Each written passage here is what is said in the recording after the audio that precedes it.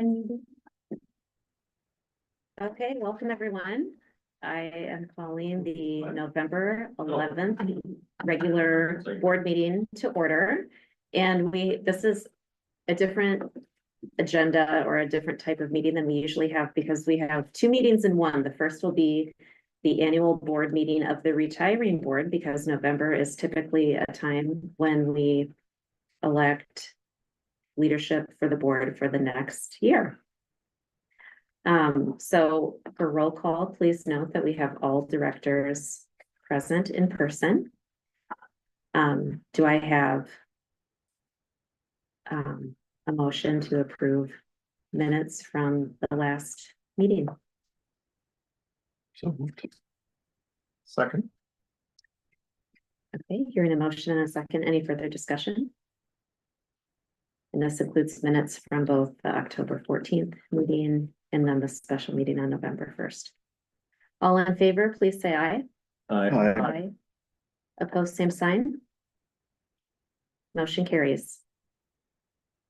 And next we'll have old business to conclude activities of the retiring school board, which includes approving the 2023-2024 treasurer's report. We need to examine and settle the books for the previous year. So any questions or discussions about the attached report?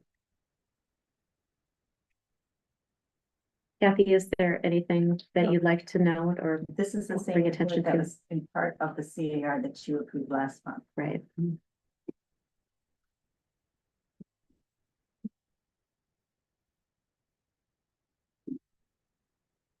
I move that we approve the 23-24 treasurer's report and settle the books for the previous year. I'll second. Any further discussion? All in favor, please say aye. Aye. Opposed, same sign. Motion carries. So I will adjourn the retiring board. And next, I'll call to order the organizational meeting of the new board. Roll call again. We have all board members here present in person. And next we will have an election of the next president and vice president. I nominate Cindy Goodner for president. I'll second that. Do we vote on that before we discuss vice president? Somebody can say that nominations cease. We have to vote on it. We have to cease nominations and then we have to vote on it. I move to cease nominations for the role of president of the board. And a second. Okay, so next I will, do we vote or can I do both and then vote on both? Or would you like us to? We do one at a time. Okay.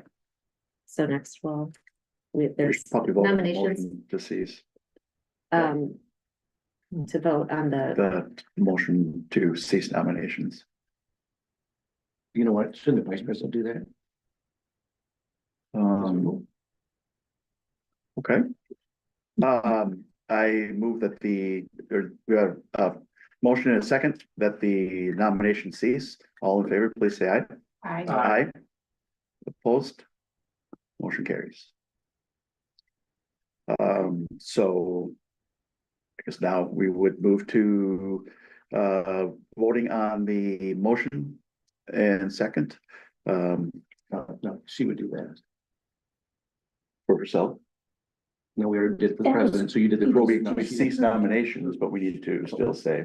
We have to vote for the president. Yeah. You're right. Okay, so next we'll Mr. Vice call, President. My first phobia. Yes, you're right. So all in favor of Goodner for president, say aye. Aye. Opposed? Motion carries. next we'll call a vote or call nominations for vice president. I nominate Ron Podnas for vice president. And I would like to second that. I'll second that. That might be a third of them, Brian. Yeah. Or you, I should leave, I should get off the board. What am I doing? And I move that nomination cease. I'll second. okay. So next we'll call a vote with On the motion to cease nominations. On the motion, we'll vote on the motion to cease nominations. All in favor, please say aye. Aye. Opposed, same sign. Motion carries. And next we will have a vote to elect Ron Fadness to be our vice president for the next board year. All in favor, please say aye. Aye. Opposed, same sign. Motion carries. And now. Darlene's good Now at we minutes. have the- Darlene, Yep, the oath of office. I can read it once and say at each position if that's okay. Sure.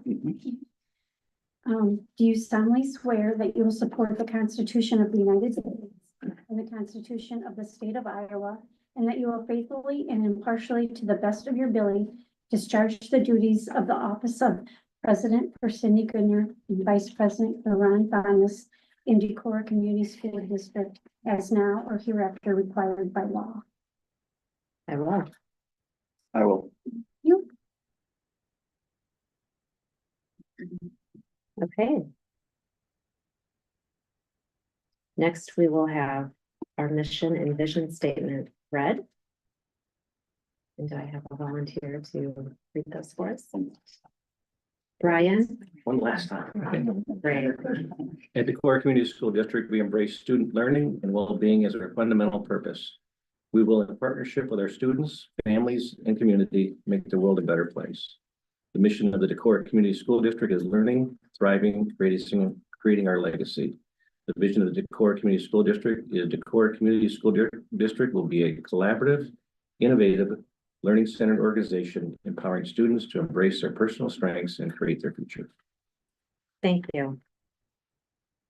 Next, I'll accept a motion to approve tonight's agenda. So moved. I'll second. Okay, we have a motion and a second. Any further discussion? All in favor, please say aye. Aye. Opposed, same sign. Motion carries. And next is the approval of consent items, including bills and personnel. So go ahead and review those and let me know if you have any questions.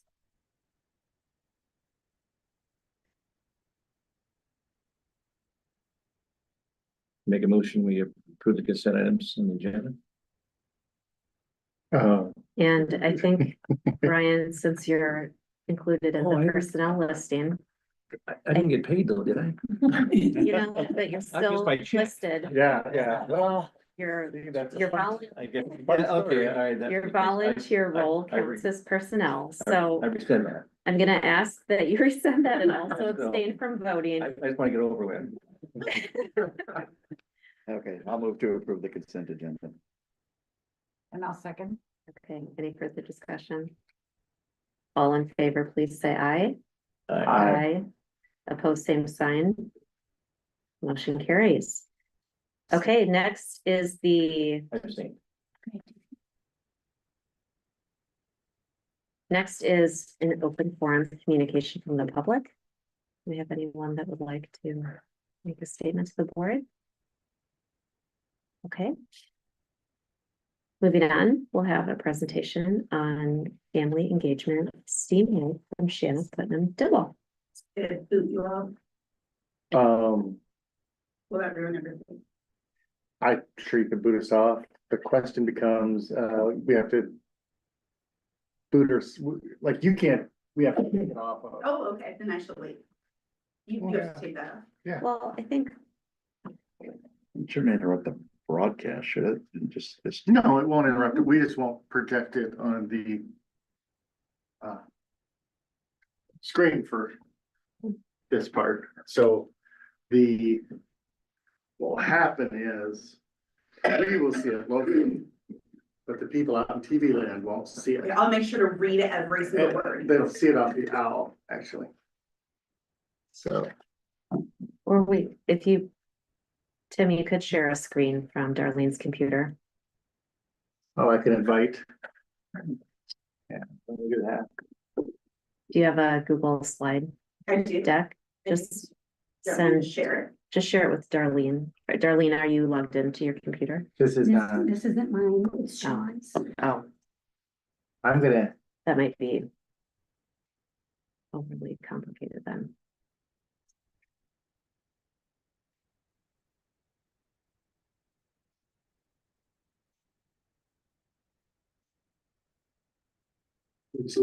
Zoom. Okay. So now you have to go into the Zoom. And once you're into the Zoom, then I will. what? I'll admit you to Zoom. Fantastic. Man, I could probably make. Oh, can you mute your?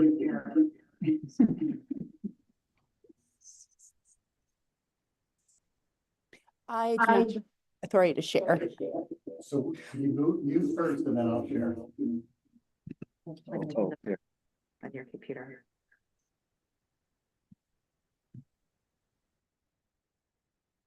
Okay.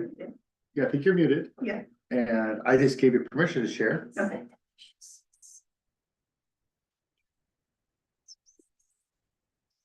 Great. Get there. We don't even need Sean. Yes, we do. We do You need wouldn't you. have had to go through this.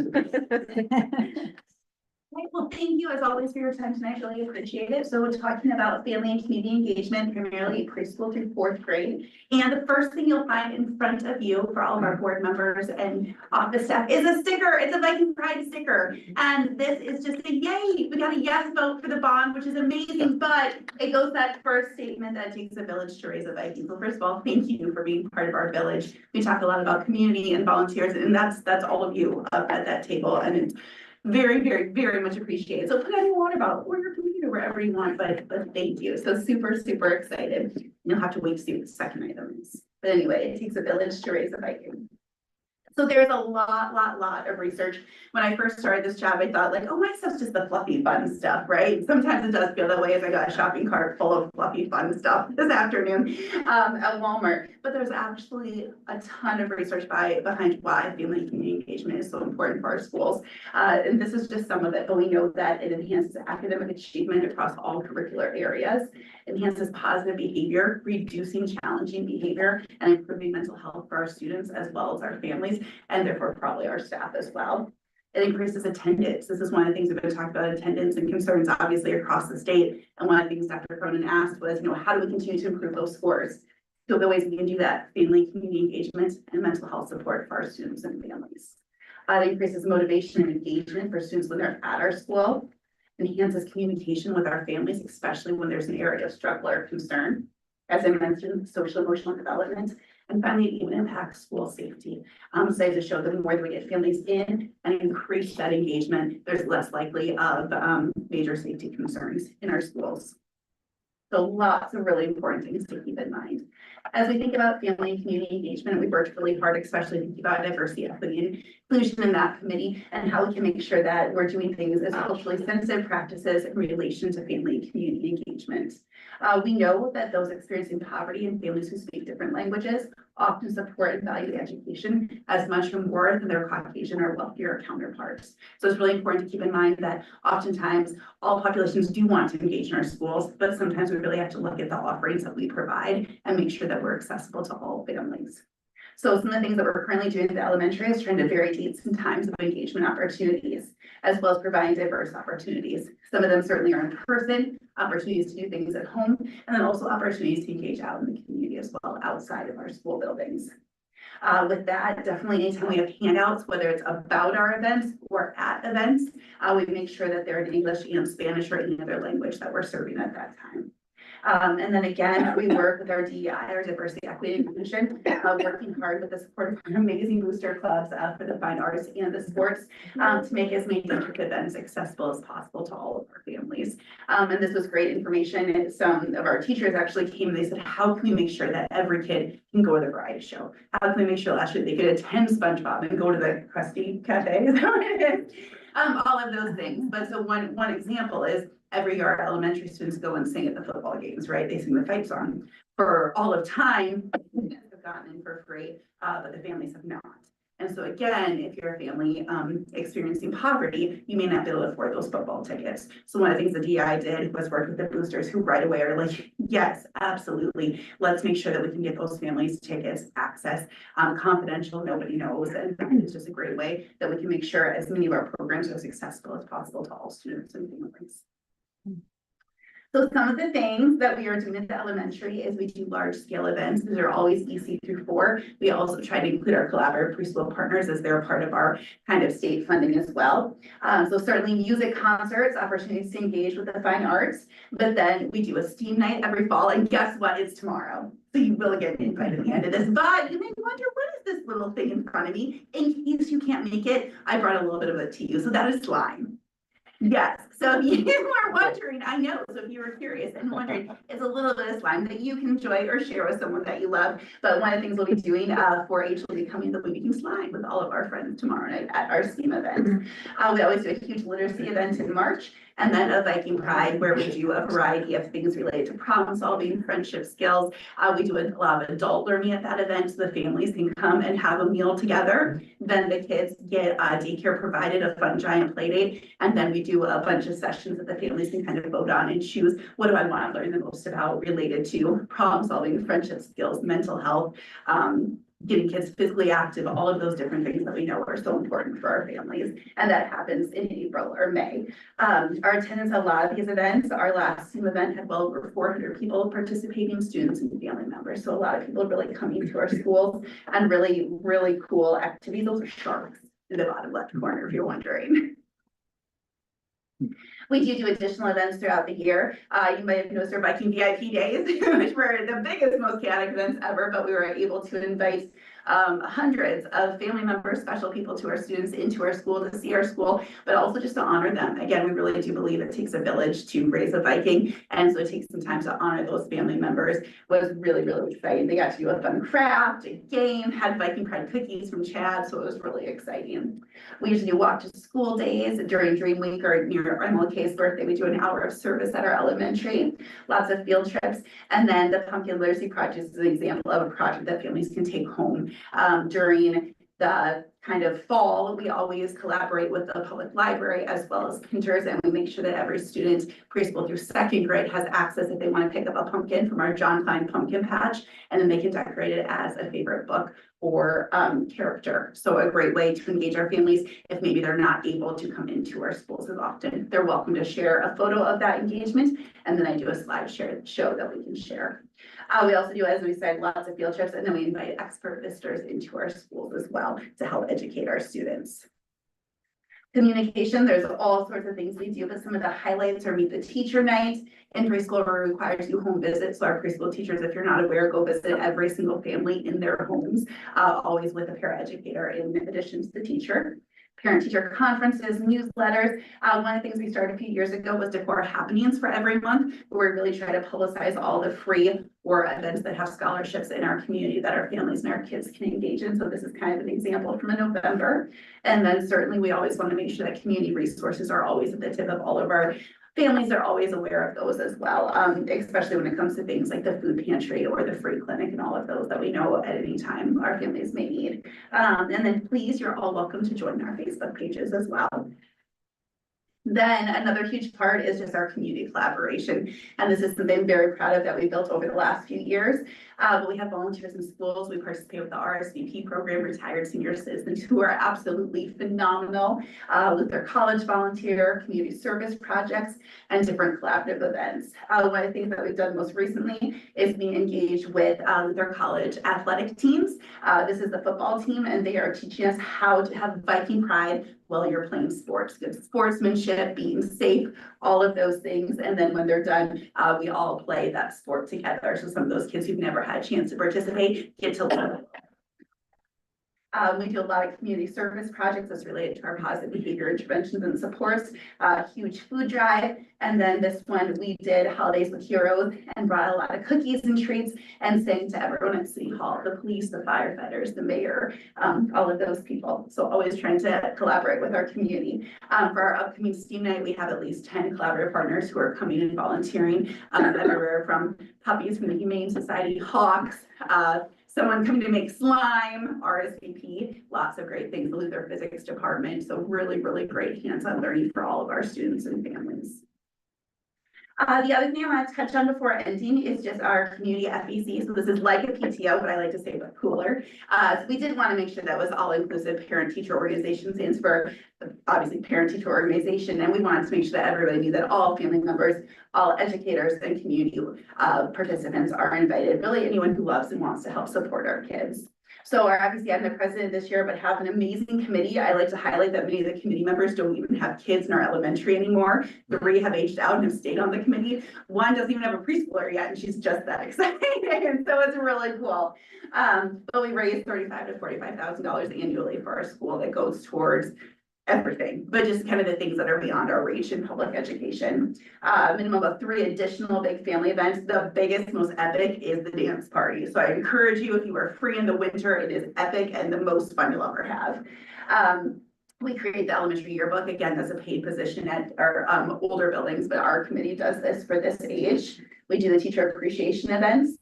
We've also taken over the Viking homecoming shirts, but we also just throughout the year make Viking apparel accessible to all students, including providing free t-shirts for all kindergartners and 3rd graders to make sure everyone can rock their Viking pride and celebrate our Vikings.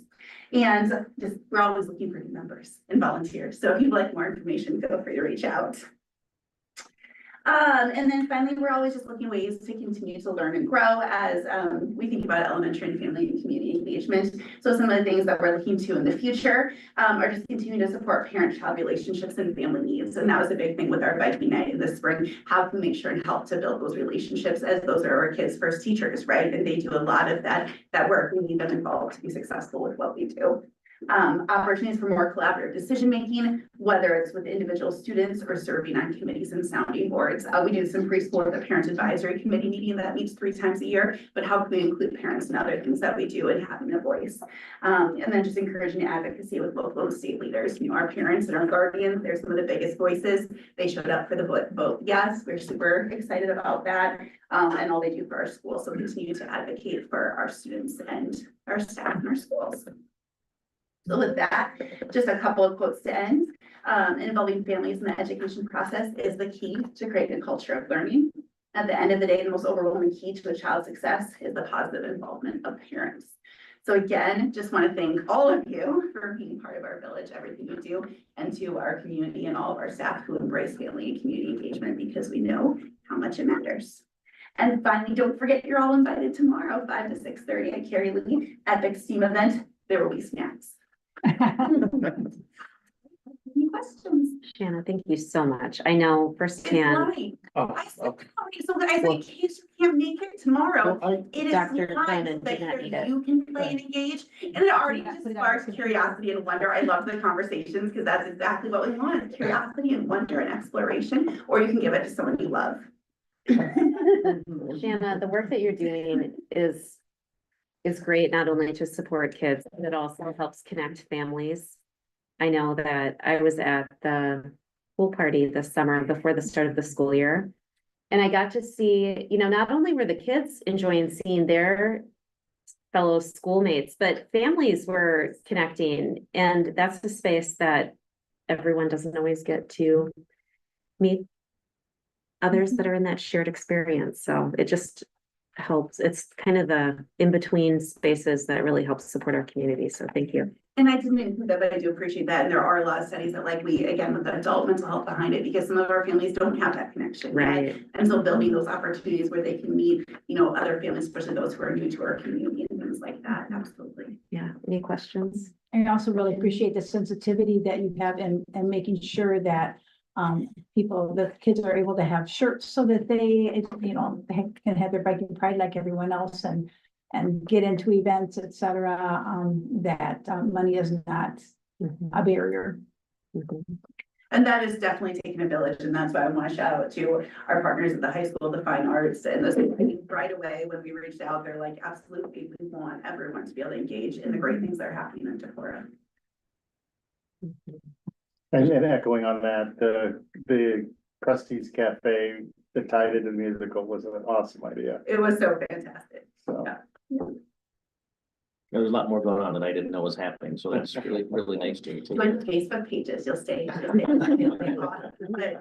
I'll do that. awesome. I'll let you in, they're private, but I'll let you in. I gotta join Facebook first. Okay, do that, and then yes. Well, thank you all for the time, I appreciate it. Thank you. Okay, moving on to new business. And the first item is approving the notice of a school board vacancy. And the truth is, in our personnel, in approving the personnel as part of the earlier part of the meeting, Director Brian Petersburg has made the thoughtful decision to step down from his position. And he's been in that role for 17 years.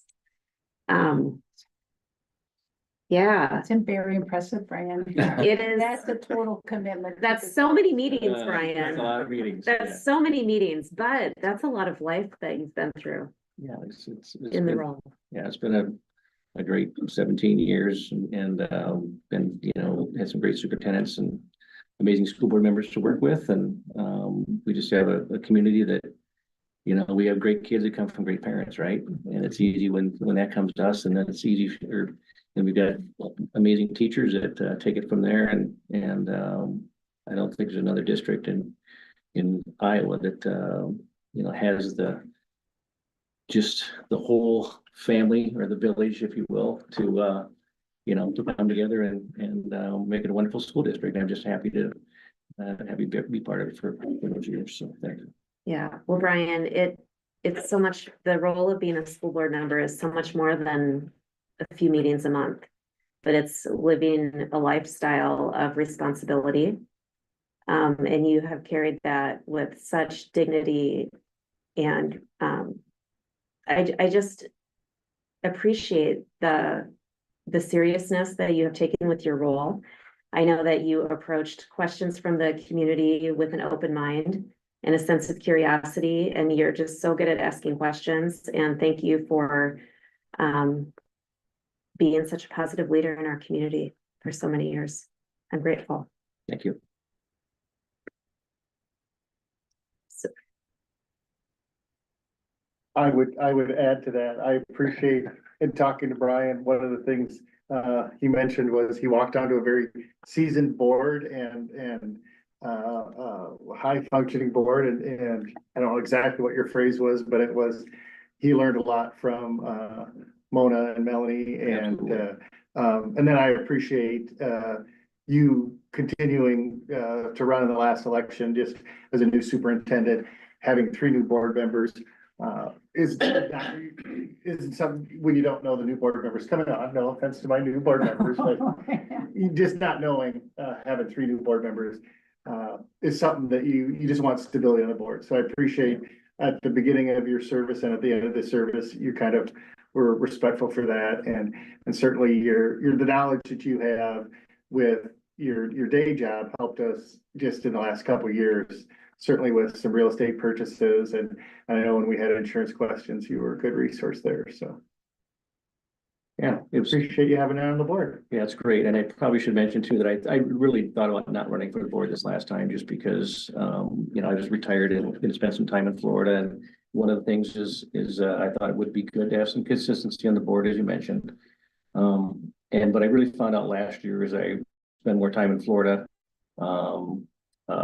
that I wasn't here in the board meetings themselves, and I couldn't be as effective down there, you know, sitting around here and watching the people and expressions and things, and just seeing the curiosity and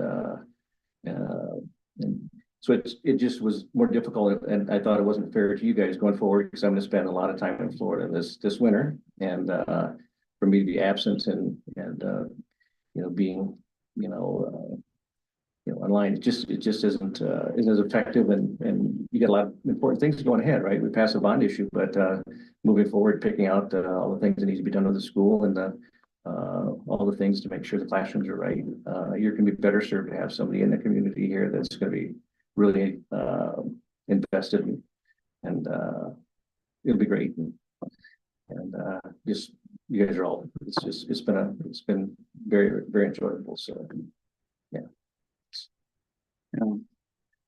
That's You are the one constant in the years that I've been on the board. You were there the first night and you're still here.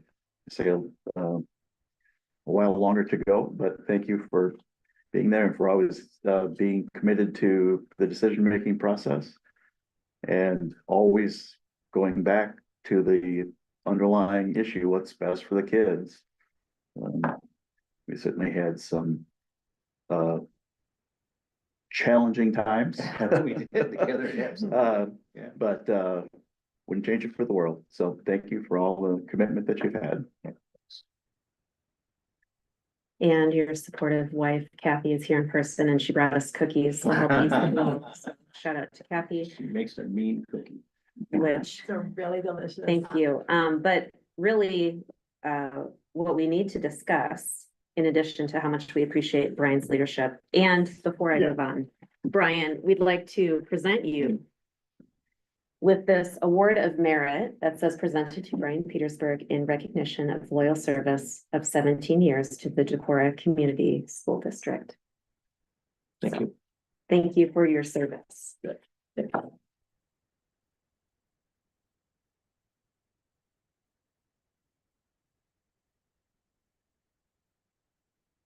Okay. And now we need to discuss how we're going to handle this notice of vacancy and attached in our, so the, Tim, I'll let you talk us through Yeah, it. yeah, absolutely. So Brian's resignation is effective tomorrow. And we did reach out to the newspaper. We can get it in the newspaper on Thursday.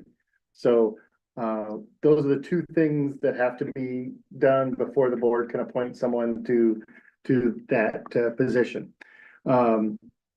Understand, of course, so the board could meet on Friday and appoint someone. There will be a 2-week period after it gets posted in the paper where citizens can file a petition to ask for an election, which doesn't typically happen, but even if it does, so the next election, the board can still appoint a person. They just serve for a shorter period of time until that next election. I assume that would be in December. That being said, if the petition isn't filed, the board could still appoint someone on Friday or as early as Friday. And their term will be until November of 2025, which is the next general school election. Brian's term technically ends in 2027. So in 2025, we'll have Ron's seat, Cindy's seat up for a 4-year term, and Brian's seat will be up for a 2-year term, so that everything stays on cycle with that. So what the board, I guess what's important about that is the board understands we're appointing somebody to serve on the board at the most before an election. They would be December to November of 2025, or November 2025. So you're appointing someone for 11 months. And I think those are the important things to know. The board, this can be a quick forum where the board discusses what they want the selection process to be like. That can be, I will tell you that Central City and Dockerton both had them at the same time. Central City went with a letter of interest to the board president, and they were vetted, and it was kind of like an application. Dockerton just said, we know the people in our community, we're going to appoint someone, and they had director districts, so they went out and recruited. Other factors that I've seen other boards do is you can look at someone who's been a previous candidate on the board, maybe ask them to do an interim. And the other part is you can look at someone who's ran for the board, and we just did have an election recently, and you might look at those and say, okay, this is someone who was interested, willing to serve on the board. And so you could look at those candidates and appoint one of them as well. Right. So as Tim said, we can't take action tonight on anything, but what we can do is just discuss what option that we want to do, because we need to wait for this to officially be posted. So I would like us to think about the pros and cons. Like Tim said, we did have a school board election a year ago. And the person with the most votes that was not elected to the school board was Brad Darling. Through his campaign process, that's when I first met Brad and got to know him. I've gotten to know him even better through this last year. He was a key volunteer both on our facility committee and on as a vote yes volunteer. And you know, Brad lives in the northern part of the county. He's a farmer. He has kids in the district. He's had other leadership roles in our community, and I'd like to consider appointing a board member, or I'd like the board to consider that. But if, you know, if, as Tim mentioned, there's other ways that we can approach this as well. And Probably the thing I didn't add that I just thought of while I was listening to that is, not only could you look at someone who served on the board or who was run for the board, but someone who's participated in board activities, so facility committee, so, and vote yes, even though that wasn't a board endeavor, certainly. But yeah, you guys can decide a process. You're not deciding a person, you're just deciding a process. And then at the next meeting, possibly Friday, the earliest would be Friday, we would be able to vote on. Absolutely, then we could potentially have a Friday meeting or early next week meeting that just with an agenda item to appoint a board member, and at that point in time, if you had the criteria, you could say, this is the person who best fits our yeah, and criteria. I think too, I think it's helpful to put it into context of thinking of people, but we wouldn't be able to take any action on, if we do agree that appointing is the way to go. Then we could take action at a later time. But talking about that one person, I'm adding that for context to think about, do we, you know, would we rather accept letters of interest? Or I do feel a sense of, you know, thinking about the work that we have ahead. We just passed the school bond, which is a huge success, but that's the beginning of a whole new, a lot of work is yet to come. And that work is gonna start as soon as possible. So there's pros and cons to each of the processes. And I might add as one more thought, boards don't always have the luxury of having multiple candidates for board. So one reason that maybe, well, I can tell you Central City couldn't have looked back to the last election because they had 3 seats open and 3 people ran. And so when somebody got off the board, it wasn't like, oh, we should go back and look who ran the last election, because they were lucky to get, you know, enough people for the exact number of seats. So looking back to just to put that in a little bit of framework, looking to the last election isn't something that not every district can do, because they don't always have more candidates than spots. Mhm. I think looking at a letter of interest allows a wider applicant pool potentially, but I think we could invite those that ran for the last election to, of course, put their name back in the hat if they're still interested. I think that would give them the flexibility to say yes or no without feeling a lot of pressure on them that they have to say yes. Mhm. Mhm. I think it might be beneficial to have a period, whether it's, you know, from now until the end of the week, for expressions of interest. Doesn't have to be a letter, it could be an email or a phone call. But certainly allow people to consider if they are interested. And then shortly thereafter, we could, you know, meet and, you know, choose a course of action. The other thing that I think is relevant is, if it is at all possible, it would be great if the new person would be appointed in time to attend the Iowa Association of School Board Convention in 2 weeks, Wow. which is A week and a half. yeah, very soon. Yeah.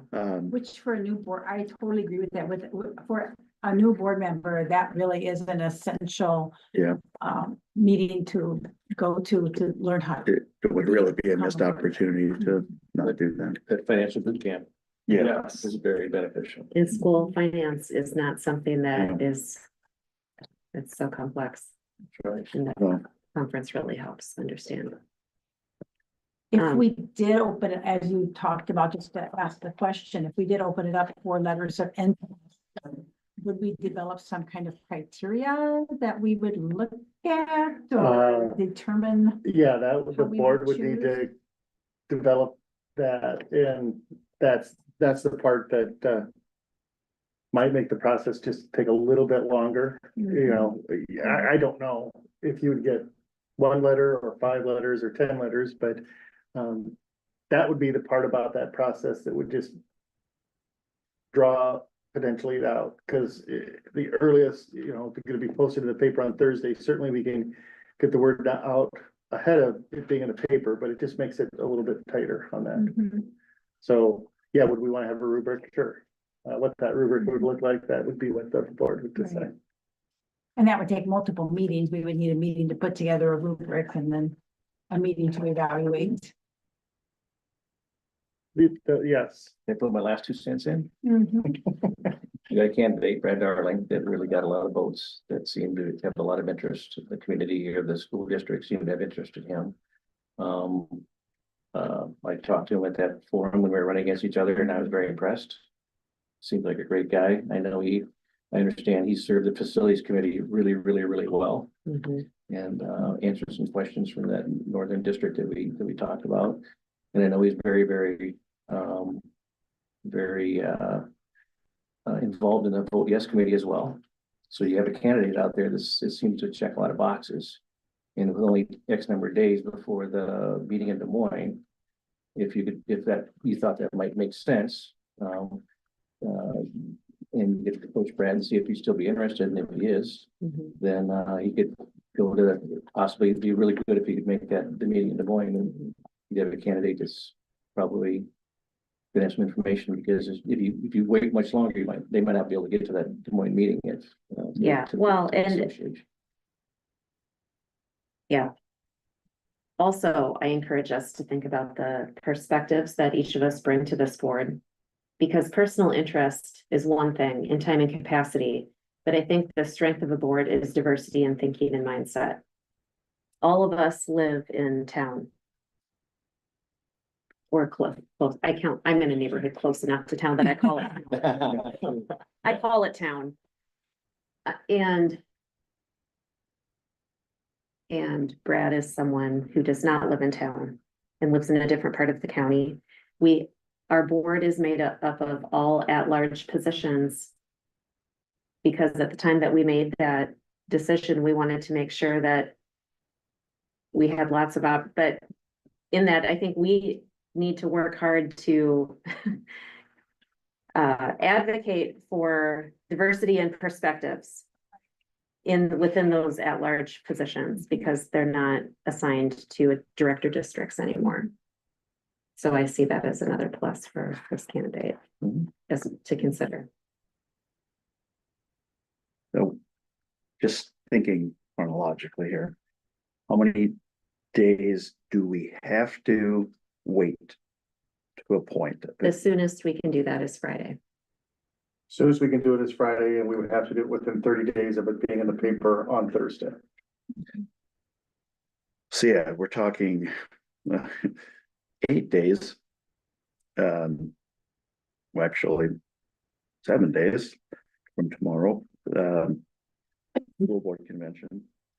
So if we are serious about that, we probably, you know, or if we know that we're not gonna make that deadline, then we can, you know, be more deliberate, because we'd just be looking to have somebody on board by December.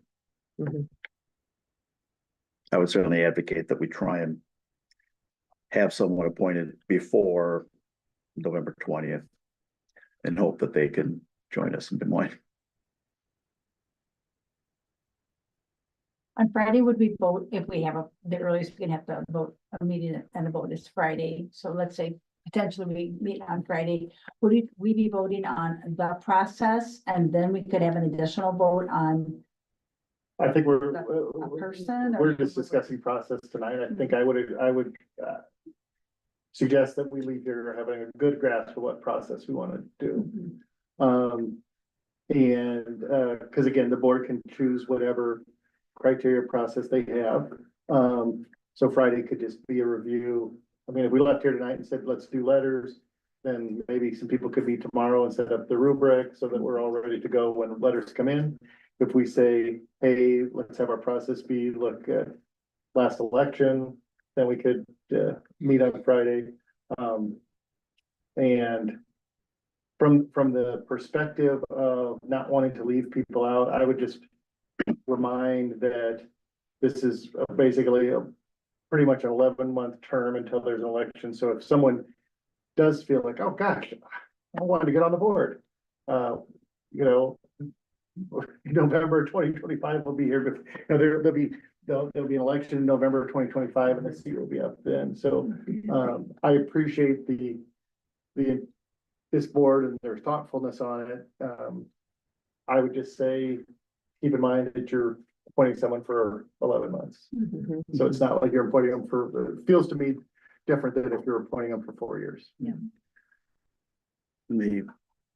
The time frame after the notice is published in the paper this coming week is that begins a time for people to petition for an election, Absolutely. but it does not limit the ability to appoint someone in the interim. Exactly. So working through that, we could appoint somebody on Friday. 100 people could sign a petition in the next 2 weeks, could file that. And then we would have the special election, I believe in December, but that person would still serve on the board as their special appointee period instead of 11 months would be 1 month. But the board still, you always have the right to appoint somebody, and it's just the term of how long they're serving. That was the question I had in mind as we were walking through all of this, so thank you for raising it. With that in mind, I think it does make sense to me as, for all the reasons that have already been spoken, that to appoint someone soon. And try to get that person to go to the IASB meeting and then see if the public does have if it's in letters, then we can deal with that as it happens. So that would be my. Well, the public would have to, if the board appoints someone, then the public's option is to get a petition signed. So they would still have that option if someone else was Yeah, really gun hold. yeah, Right. yeah, exactly. I didn't even think of it from that perspective, yeah. But once you've appointed somebody on Friday, we're not gonna ask for just letters of interest, right? No, Yeah, right. yeah. So, obviously someone could generate a petition and could get that signed, and then there would be an election. Which, thinking about Brad and how much I've worked with him this year, I would rather have, I would need 100 signatures to consider someone else or to, but I think that is just a different way to look at it, but, yeah, I would be comfortable with that, with appointing, Brad, and then if there was a different candidate that was interested and wanted to challenge that. I think if we're talking process, we need to be careful about saying a person's name and say we would appoint the person who received the most votes in the last election who was not. Okay. We know who we're talking about, but we probably don't want to directly reference them. I think that's. The same as Cindy, I've also worked with Brad, the person we've been discussing. I have no qualms with the person we're discussing. I've really enjoyed getting to know him over the last year. Same as Brian said, from the candidate forum onward. So I'm not raising any concerns. However, I just like to be careful how we're framing the process. Yeah. Otherwise, we are indirectly appointing someone. Yeah. So I could summarize that point's well taken, that the board's looking at defining a process by saying, we're gonna look at candidates who ran in the last election, who got the most votes, who participated in board endeavors, and the biggest board endeavor we had was the facilities committee, the vote yes. We could look at other things. And if we want to then look at a meeting on Friday, it doesn't even have to be decided now, it could be scheduled by Thursday. We could be ready to appoint somebody. If that's what our process is. We would agree that's what our process is. I would absolutely support that process primarily because of next Wednesday being the most important opportunity of the year for a new board member to participate.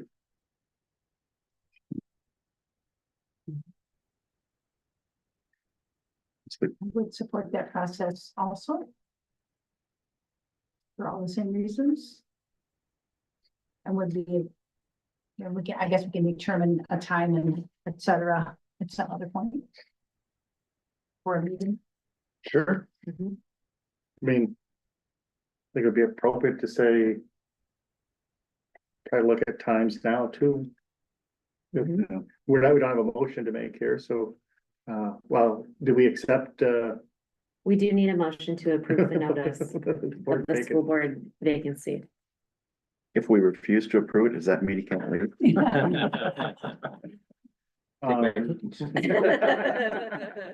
only some of them though. Yeah, some of them have been eaten. I move that we approve the notice of board vacancy. Happy to second. Okay, any further discussion? All in favor, please say aye. I Aye. Opposed, same sign. Motion carries. would suggest maybe we tentatively set a time. Sure. Friday. Early enough that we can all make it to the variety show.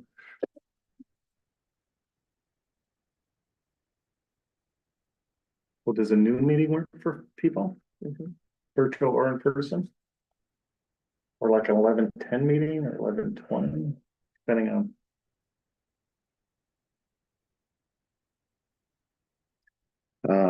Their retirement schedule. I might advocate for after work simply because I know I have other commitments during the day. Okay. And after work, the time, it would be what time? 5 o'clock. I could do it on a Zoom, we could do it via Zoom. Absolutely. I could attend via Zoom. I will technically still be at work. My work day ends at 6:30, but Would anybody be open to an early morning meeting?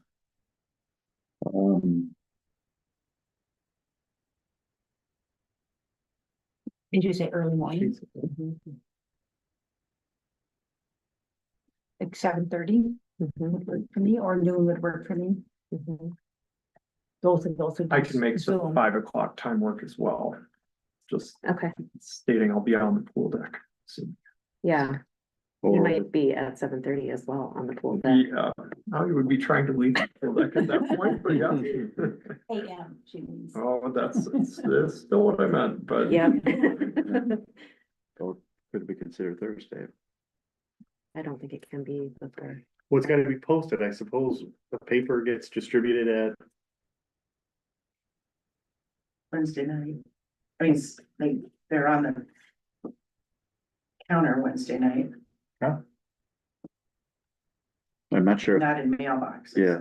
Yeah, Does it have to be, the meeting can't be before it's posted, or is that strictly setting the 2-week time for? no, the rules from Carrie Weber are, two things have to happen before the board can appoint. They have to have the resignation with the date, and so Brian's resignation said his resignation is effective tomorrow. So that's taken care of, and then it's posted in the paper. And so defining what posted in the paper is what I don't know if we should say. I suppose it's posted in the paper and they could look at it won't be in their mailbox, but we can't predict when everybody's gonna get their mail either. And I can get clarification on that too. We could do Monday if it's Friday's a real problem as well. Congratulations, you've been nominated for school board. You're going to Des Moines day after tomorrow. I think you're taking a little bit of a risk Thursday. So probably make Friday, even if you need the 3, right? Yeah, Is Monday any better for you, Ron, or is it? Monday is the same fine. Situation as Monday is- Friday? Monday should be fine. Is Friday particular, is it any better for you than Friday? Yes.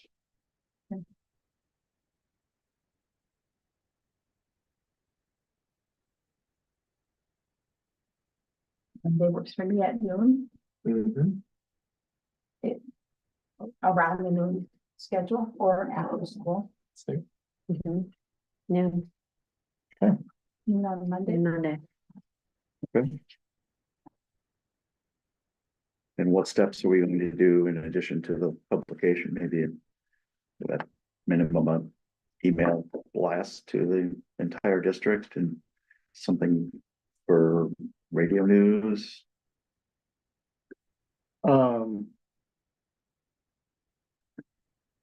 Yeah, I imagine we can blast something out, because we're gonna blast out that there's a board vacancy and the board will meet on Monday to fill that. Yeah.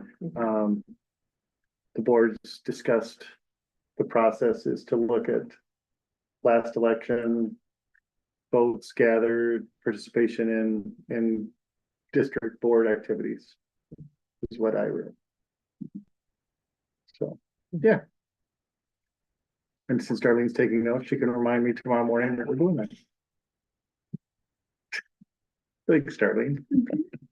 Okay, so a question that I forgot to ask before we started the meeting, but since we approved the board vacancy, does Brian get to participate for the rest of the meeting? Yes, I didn't Yeah, resign he's tomorrow. not done Yeah. tomorrow. tomorrow's okay, Yeah. great. Well, we'll See, move on. if he'd been thinking, he would have. I'm gonna take my cookies. We will keep moving on. Brian is gonna stay in his chair. Great, okay. If his letter said he'll resign effective November 11th, then yeah, we could have approved it, he could have just Great, ridden off into the sunset. okay. No. Shh, Darlene, no one heard that. Okay. The next item on the agenda is we're going to establish meeting dates and times and locations for the 2024-2025 board. And we're sticking with the second Mondays. And we have some flexibility, so we're kind of bouncing back and forth. We're during the winter months, we're at 6:30 p.m. And then in March through September, switching back to the earlier time of 5:30 p.m., which I assume was similar to what we did this last year. It mirrors what occurred last year. Great. So does anyone have any problems with the suggested schedule or speak now with? I would propose that we keep doing what we've been doing. Was that an official motion? It was indeed.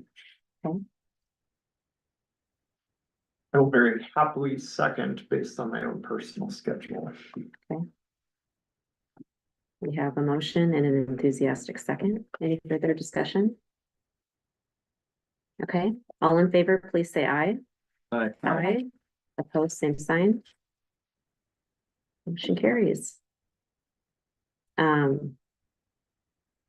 And next we need to assign roles and responsibilities for a variety of boards. So the next item on the agenda is to appoint a volunteer to, or a board member to be present on the shareholder board. And the roles and responsibilities of this board is to have the diverse group of board parents, teachers. Tim, you've also participated on that board. Yeah, the shareholders board, the best I can describe it is a little like district leadership team for community members. Yeah. So we just kind of talk about some of the stuff that maybe we're going to talk about tomorrow with district leadership team that we talk about with the board and get feedback there. We used it at the beginning of the facilities, and then a lot of it kind of just morphed into facilities last year, with a larger, different group, Mhm, but some of the same folks participated in both. mhm. Meets probably gonna meet 3 more times this year. We're gonna meet in December and go over some student data that Dana's diligently put together. And we'll meet a couple more times in the spring, No, when you said 3 more times this year, meaning this academic year, this academic year. Mhm. Yeah. Thanks for the clarification. had me going there for a second. Mhm. I would volunteer interest in position. Right, Any other interest? That'd be wonderful. yeah, no, I think that sounds great.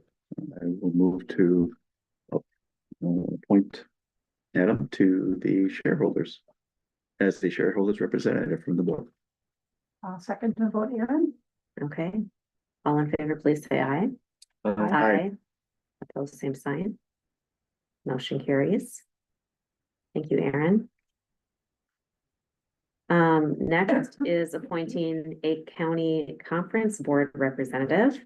I was in this role this last year. It's typically 1 meeting a year, but this year it was 2, but that was great. And there's pizza. And are you willing to do it again? I would love to do it again. I move to appoint. I'll second it. Okay. All in favor, please say aye. Aye. Aye. Opposed, same sign. Motion carries. Next is appointing a negotiations team. And Ron, I know that you were on that team this last year. Do you want to tell us a little bit? I was not You were last not. year, but have Brian. been. But, and in the Brian, you were on it Mhm. this last year. Do you want to tell us a little bit about the roles and responsibilities of that? Kim role? was. Yeah. You look like I wasn't. Oh, you were. Okay. Oh, well, you had one more person and And- I just thought for sure it was Ron. And I thought for sure it was Ron too. But it's okay. I know Brian was on it, so Brian, tell us about it. The responsibility is with Tim, meeting with the representative of the teachers union to negotiate the contracts and raises, if you will. And not only them, but the other members and the other employees of the district.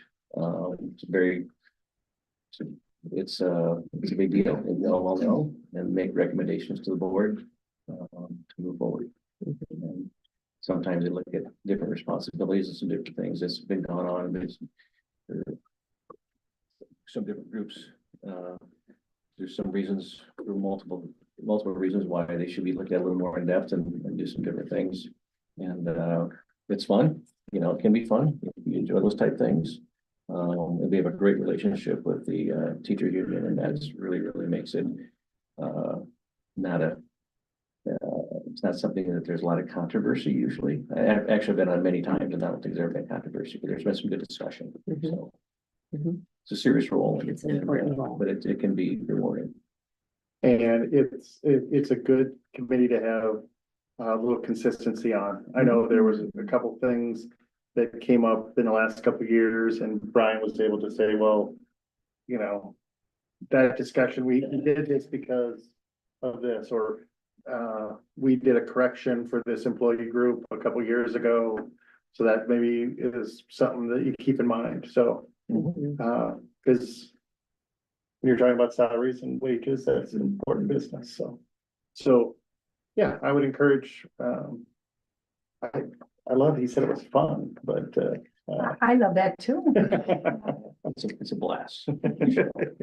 And Ron, you have been on this committee previously. Yes, right? I many think the times. consistency of, if you'd be willing to serve on it Oh, again, I think would be really important.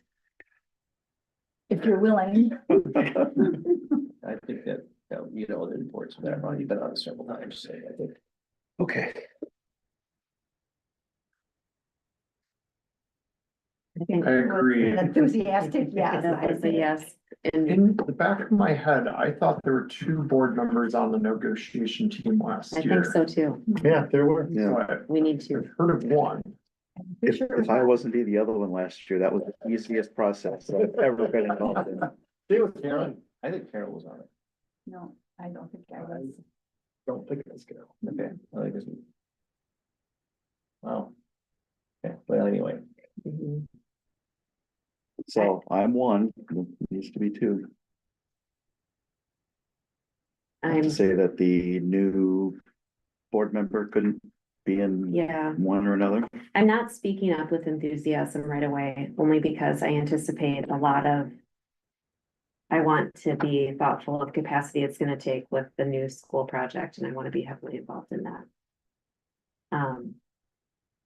Is it?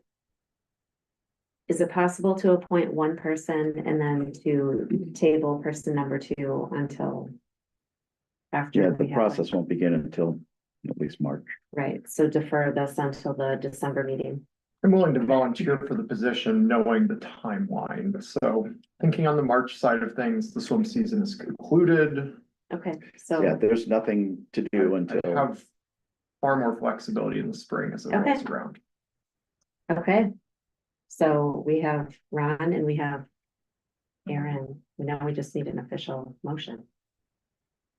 I'll move that Ron, Rodness and Aaron Zander be named to the negotiations committee. I'll second that. Just represent the board. Okay, we have a motion and a second. All in favor, please say aye. Aye. Aye. I realize you're taking a risk there, finding 3 votes. Opposed, same sign. Motion carries. And next is approval of the Decorah Community School District CTE Advisory Committee. I was on this last year. That is a fun group that meets a couple times during the school year before school. And it's a great mix of teachers, students, community members that are supporting student learning opportunities in the employment workplace. I learned so much about a sector of the school district and opportunities for kids that my family had not participated in. It's a great group, and the attachment shows the current committee that served. To kind of chip in there, this is an annual exercise that's expected from the Department of Ed. And as you can see there, we've got 4 strands in CTE.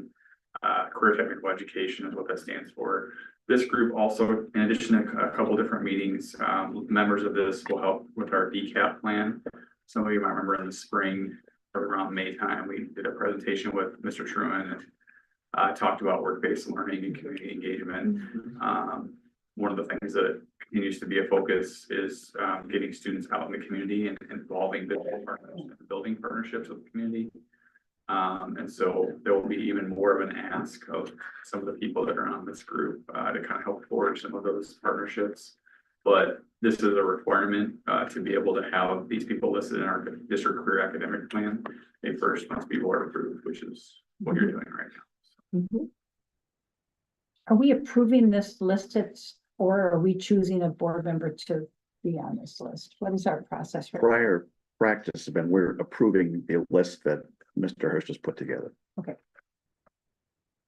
so just to verify, like our CTE teachers have worked with each teacher listed, especially the community members, and verified their interest in participating, and then kind of compile that list and send it to me for approval here. So. Yeah. A strong list. Yeah, I would move to approve the recommendations for the CTE committee, advisory committee. I'll second that. There's a motion and a second. All in favor, please say aye. Aye. Aye. And opposed, same sign. Motion carries. And so we also need to appoint a board representative on this committee. My name is on it, but it says And or or other representative. Carol, I don't know if this is something that you would be interested in. I would be willing to do this. Okay, How many times does it meet a year? We have a fall meeting in December, so I can make sure you get invited to that. That'll be during the PLC meeting. And there'll be one in the spring as well. That'll be during the PLC time. I can make that work for a nice schedule. and that still works with your current schedule. Mhm. Okay. Yeah, so I would be willing. to Okay. do this committee. Great. I suppose we might as well go ahead and make a motion Yeah, to appoint Carol to that role, which I just did.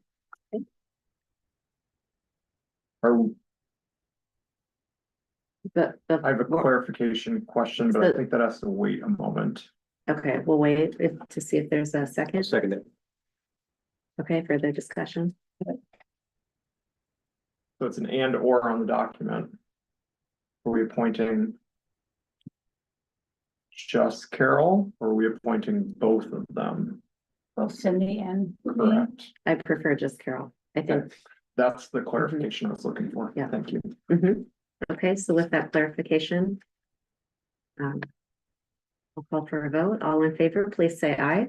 Aye. Aye. Opposed, same sign. Motion carries. Okay, moving on. Next is the approval of the SBRC application for modified supplemental amount request for open enrollment out. And I think that these are both gonna be tabled because the document is not uploaded on the website yet. Yeah, And I didn't look right before the I meeting. checked this afternoon, and it's still the same verbiage that it's not available yet. So. Okay. I'm gonna recommend that we table G and H until such time as we actually have an amount to approve. and we may want to consider approving those if we have a special meeting on Monday. Absolutely. It's time Yeah, sensitive. yeah. Okay. Do we need an official motion to amend the agenda?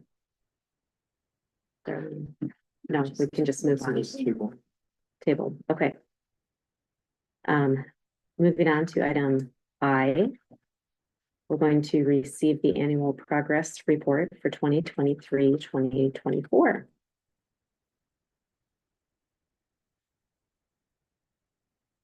So I'm gonna have Dana summarize this for us. We've got your summary, Dana. But just, you pull this together from different sources, one source. Various Okay, different sources and people in this room helped provide some of that information, yes. This is a requirement of our K-12 desk audit this year, so really should be something we're doing every year. So going forward, there will be an updated version of this annual report. Mhm. Do you have any specific questions about it? Really highlights some strengths, some areas for improvement, and some trends that we're seeing moving forward. Mhm. Mhm.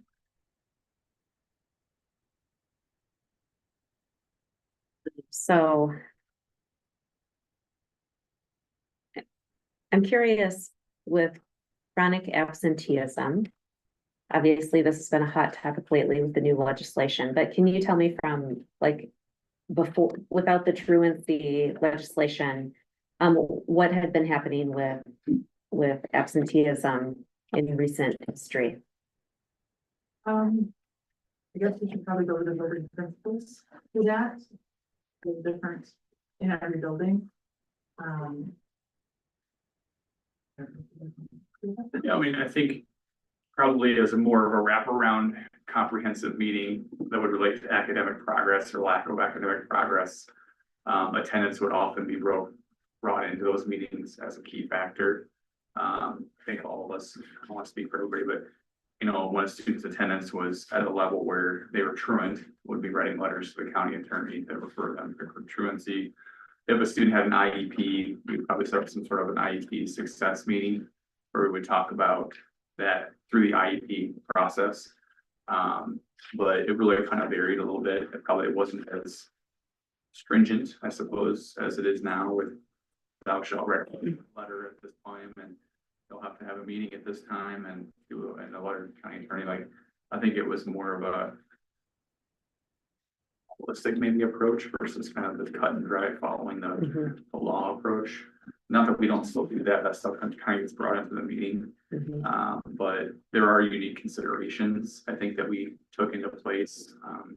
As an example, we just had meetings for students that were gonna be going on J-term trips. We probably wouldn't have necessarily had like a full attendance meeting for those students previously. We would have just kind of worked, and they a lot of times would have already been on top of things. We've had some students that have been impacted by doing college visits that are considered to be chronically absent, because you only get so many days before you get 10%. And I think in some cases previously, we may not have held a meeting or gone quite to the extreme that we're not required to go because of the unique circumstances that led to the absences. But the law is pretty clear that, you know, it doesn't so much matter the reasons. You're gonna have to sort of intervene a lot more, which I suppose may and hopefully will help attendance rates improve, but also has created some real challenges of, I think, people rightly so questioning why the law is as strict as it is. Like what Brad said, I think for us, it's more stringent. You know, we're very similar approach in the past as far as having contact with families and reaching out, and, you know, Mr. Stockbridge involved in the conversation that happened there. So it's just now it's more cut and dry, as Brad said. So right around, right different. Yeah. And I guess since it's listed under the areas of improvement and this report is for 2023 through 2024, it's just acknowledging that absenteeism has been an issue that. Yeah, and the state and its new Iowa school performance profiles is only in chronic absenteeism as an accountability measure. And they hadn't been doing that historically. So that's also another reason that we focus on it.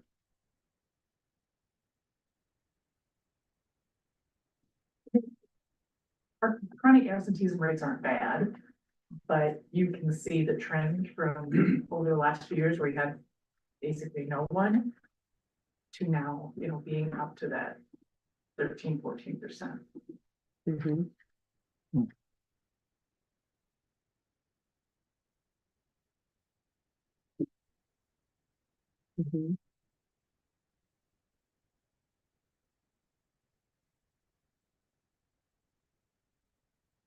Yeah, I mean, this is a really helpful report showing trends over time and data.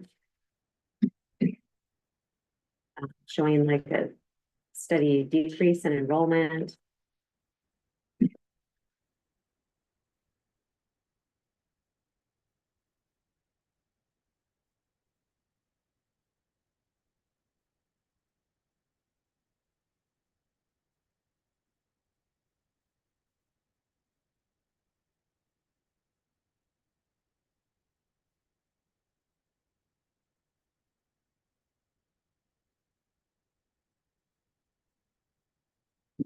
We appreciate the work that goes into A, gathering this information, and B, compiling it into a useful format. It's also really helpful to see the preschool numbers across schools in our city of Decorah. Just to see that comparative and trends over time. How many students are in at each school. These are received, not approved, correct? So I won't make a motion. Oh. Yes. Dana, thanks for your hard work in pulling all this data together.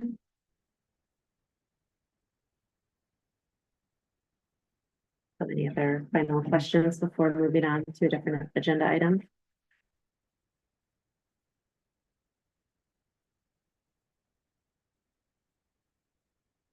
Just looking at the link and noticing that a lot of the graphing and such are missing. Yes, there are some sections that appear blank. They're not, but aren't appearing that way.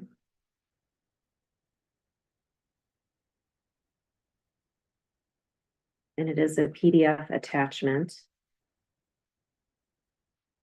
It's not all the graphs, but it's a substantive amount of them, Like the achievement bands, like on page 10, 10 through 14. yeah. So we could work on updating that or getting that visible and re-shared out with folks. Mhm. Yeah, because if you went to the work to pull all that data, we want to be able to see it.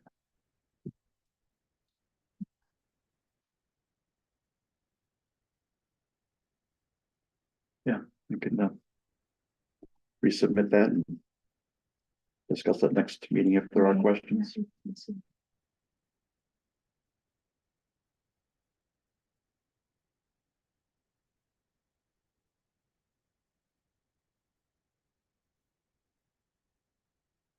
So will we table that and have her resubmit that and then we'll accept it at another meeting? Is that what we're doing? I think we're receiving it, so yeah, we could receive it on Monday. Mhm. Mhm.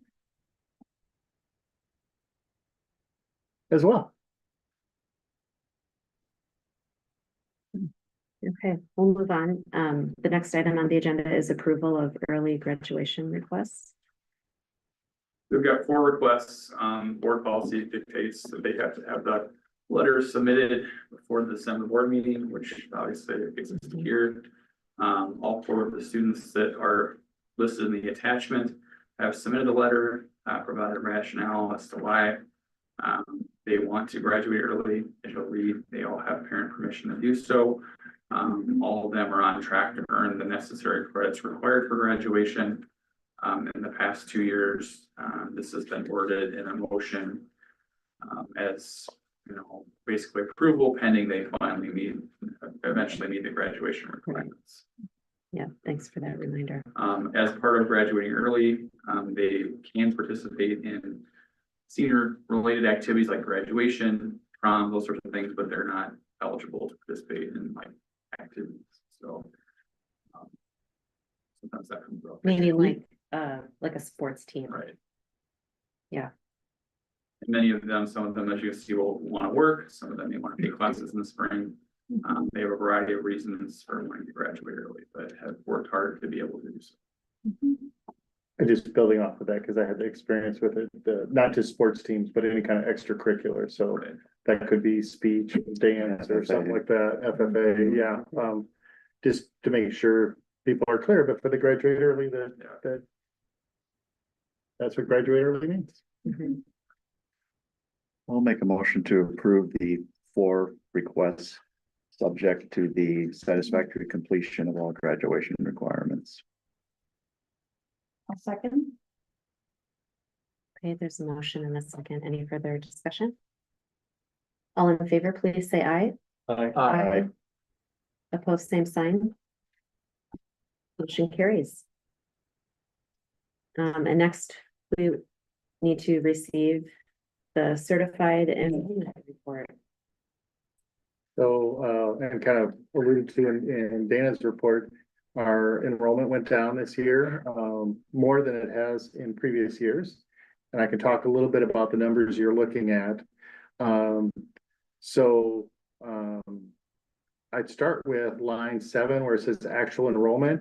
So that's going to be the actual enrollment of students that are in the Decorah Community School District attendance area, whether they go to public school in Decorah or go out to a different public school. What we don't track here is going to a private school. And so that number fell by 58.2 students. And I would keep in mind that we anticipated, remember we had 30 students at Mabel Canton that are no longer on our certified enrollment. Of the 30 students at Mabel Canton, 3 graduated, so that would, we would only assume that 27 had left, and 4 of them came back. So 23 students from Mabel Canton did come back or didn't attend school in Iowa. So we're assuming that they're attending school in Mabel Canton. But when I look at the 58.2 and I subtract 23 from that, then there's 35 students that one of two things, no longer live in our attendance area or no longer attend public school. They, I want to say, they haven't disappeared, but we don't see them anymore in certified enrollment, because if they were still living in our attendance area and open enrolling to McKee or Crestwood, we would see them, okay? But then for our funding sake, then you really have to go down to total school age students provided instruction, and that's down 72.5 students. And again, you can subtract the 23, and so then that gives us 49.5 students fewer that we will receive funding for. And then just kind of a reminder on our funding, that's always a year in arrears. So our budget for this year is set. We're fine for this year. I will have a forecast, and Kathy and I have worked a little bit on a forecasting model. I actually went to the workshop, and we have a nice forecasting model that just kind of shows the impact. The obvious thing is 50 students less times about $8,000 students. So in the future, we should look at reducing about $400,000 in our budget. So that we're right sized, and we have a model that kind of shows what that looks like. And of course, it's depending on what future enrollment is and what SSA is set by the state. Even though we'll be on budget guarantee, the more percentage that we get from the state, the better for us. So, but again, those aren't things that we have to do this year. That should be over a course of a couple year period, and we'll kind of work with.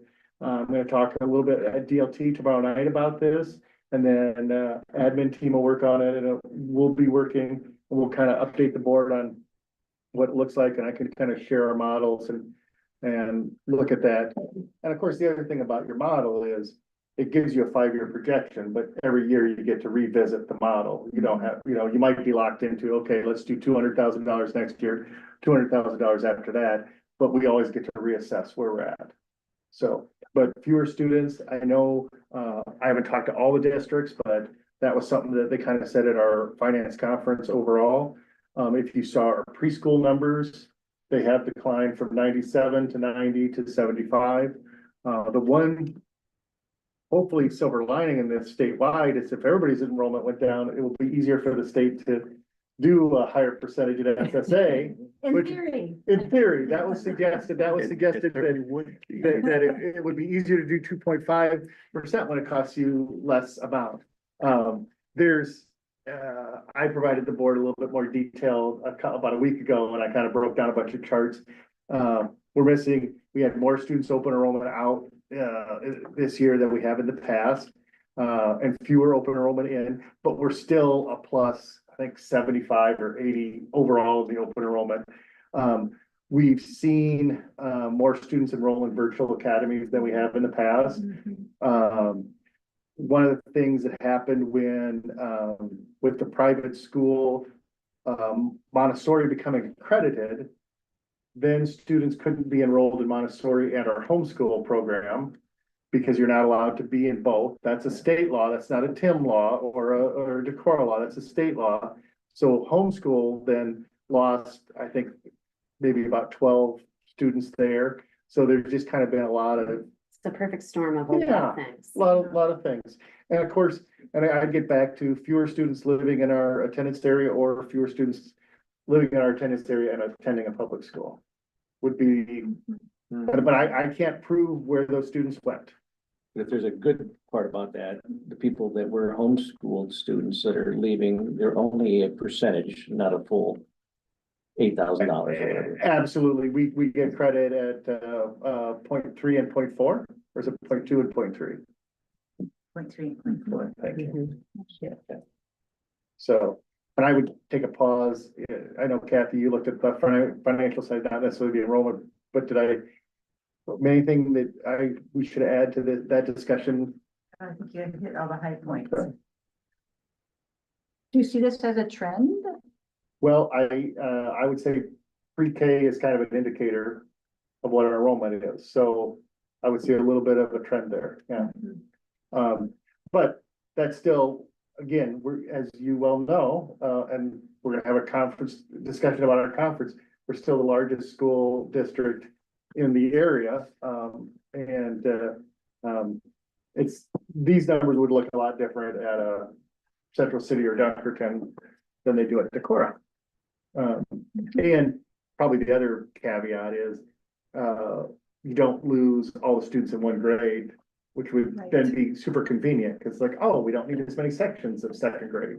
We don't, and then when they go on, you kind of lose them a little bit here and there. Which compounds the issue of trying to cut. Yeah, it just makes it a little bit more difficult when you're looking at the reductions, so. This is significant. It's a Yes. huge drop that we have not seen in recent history. And I think that in addition to just receiving the data, we need to be thoughtful about how to incentive, I don't want to use the word incentivize, but how we can support enrollment.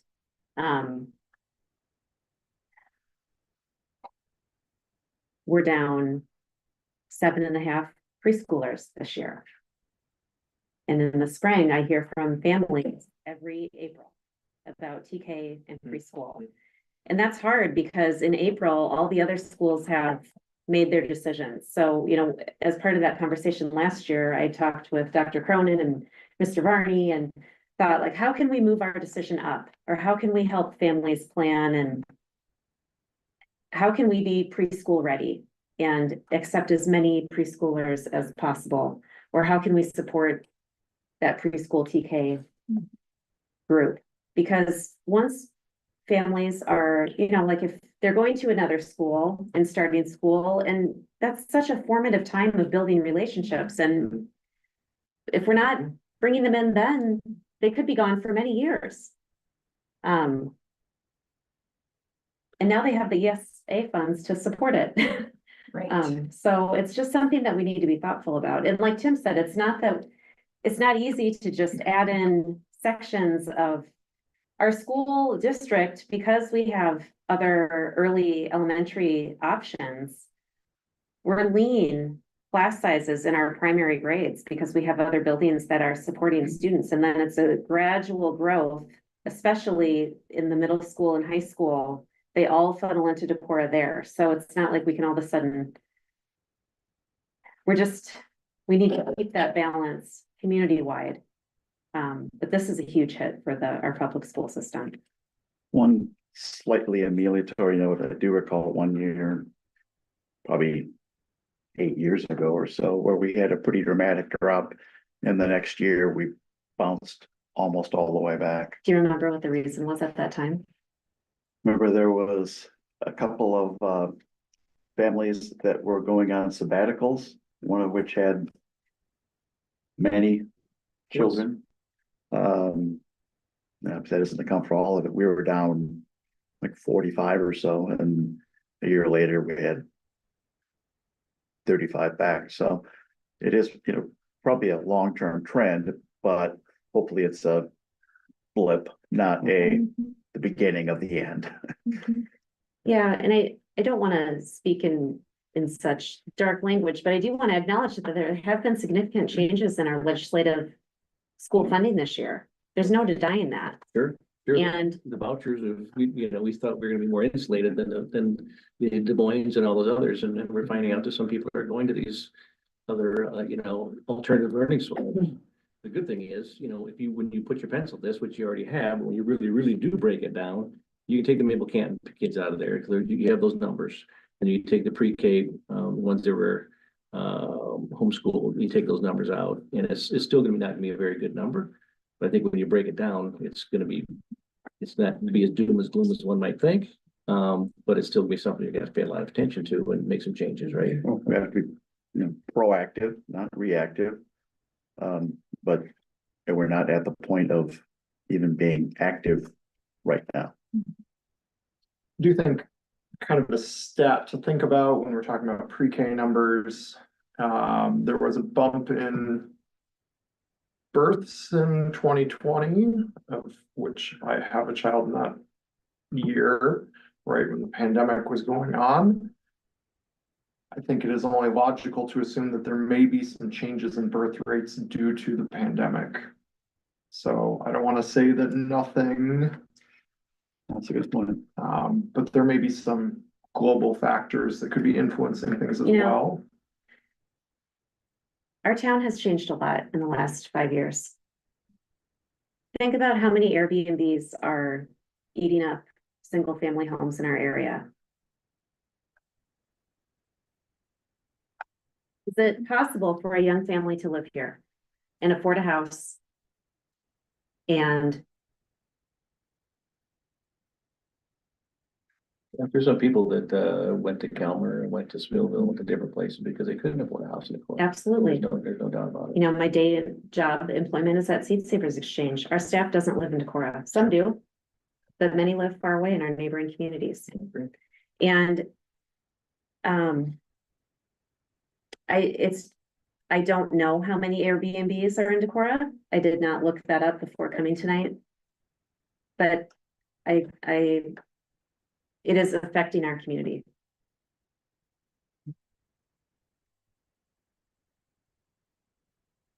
And I wonder, you know, as Aaron, you're talking about birth rates adjusting because of events over time, how much is this real estate climate that we're in going? I mean, what does the next 10 years of our school district look like as the effect of that?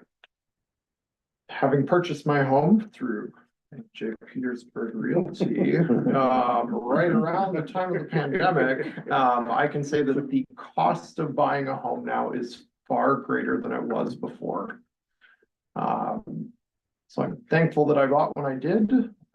Interest rates also being high, it is a challenging time to buy a home if you are a young individual. Without some savings already stocked up or something in reserve or familial support, or you name it. It is a harder time to buy a home right now than it was 3 years ago. I know the city council was discussing, losing track of my weeks, last week or the week before, about potential opportunities to build more homes and but I think that's a hard trickle down effect to see immediate rebounds from.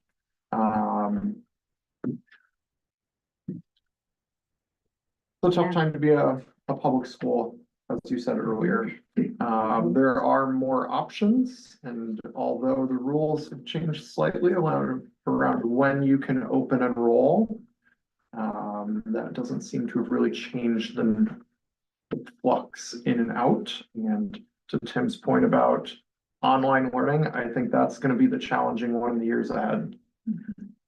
Because the online learning, they can get the ESA money from the state for online learning? No, that would just be like an open enrollment.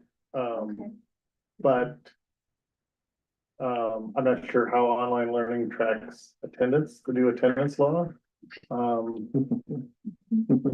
And private schools don't also have to. No, they don't, yeah. No attendance law. Yeah, correct. Yeah, St. Ben's does. well, they can opt to do it, but they're not required to do it. They're not held accountable to It's do not in the state law. That was something we looked at in the last board meeting. Maybe it was 2 ago. Yeah.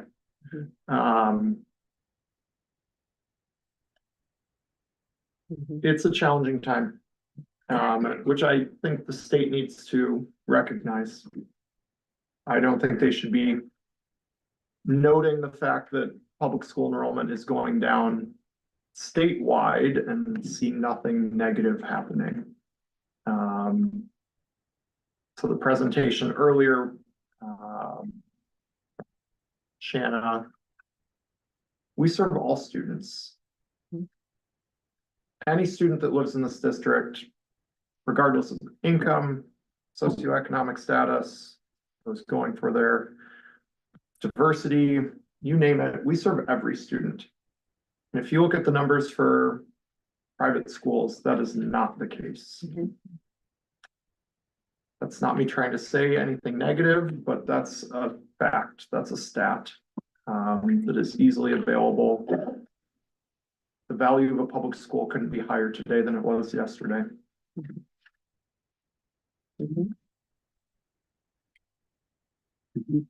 I would just say, and we do a fantastic job.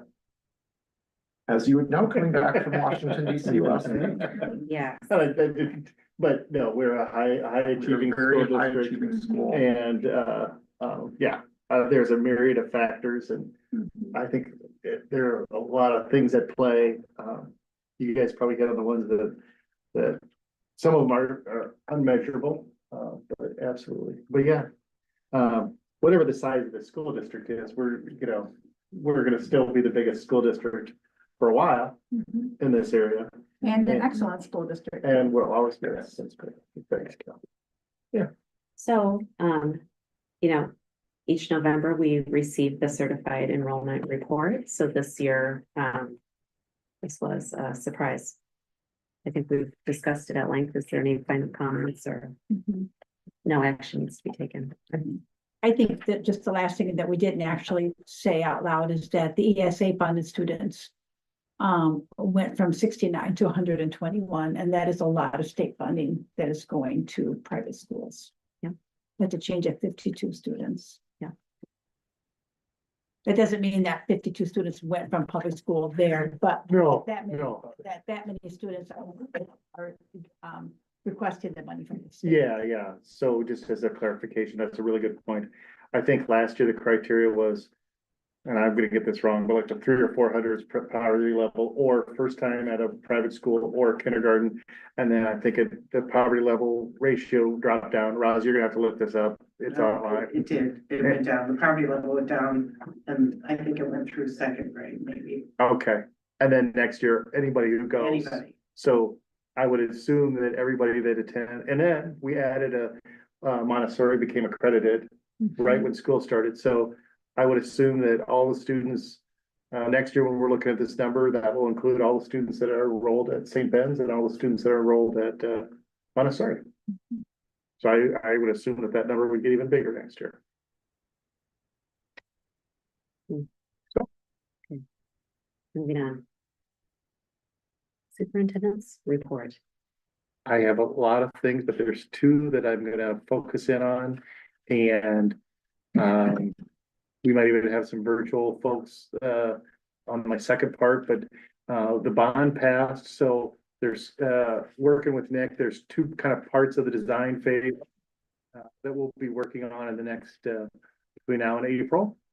So the first one is just kind of the big picture, making sure that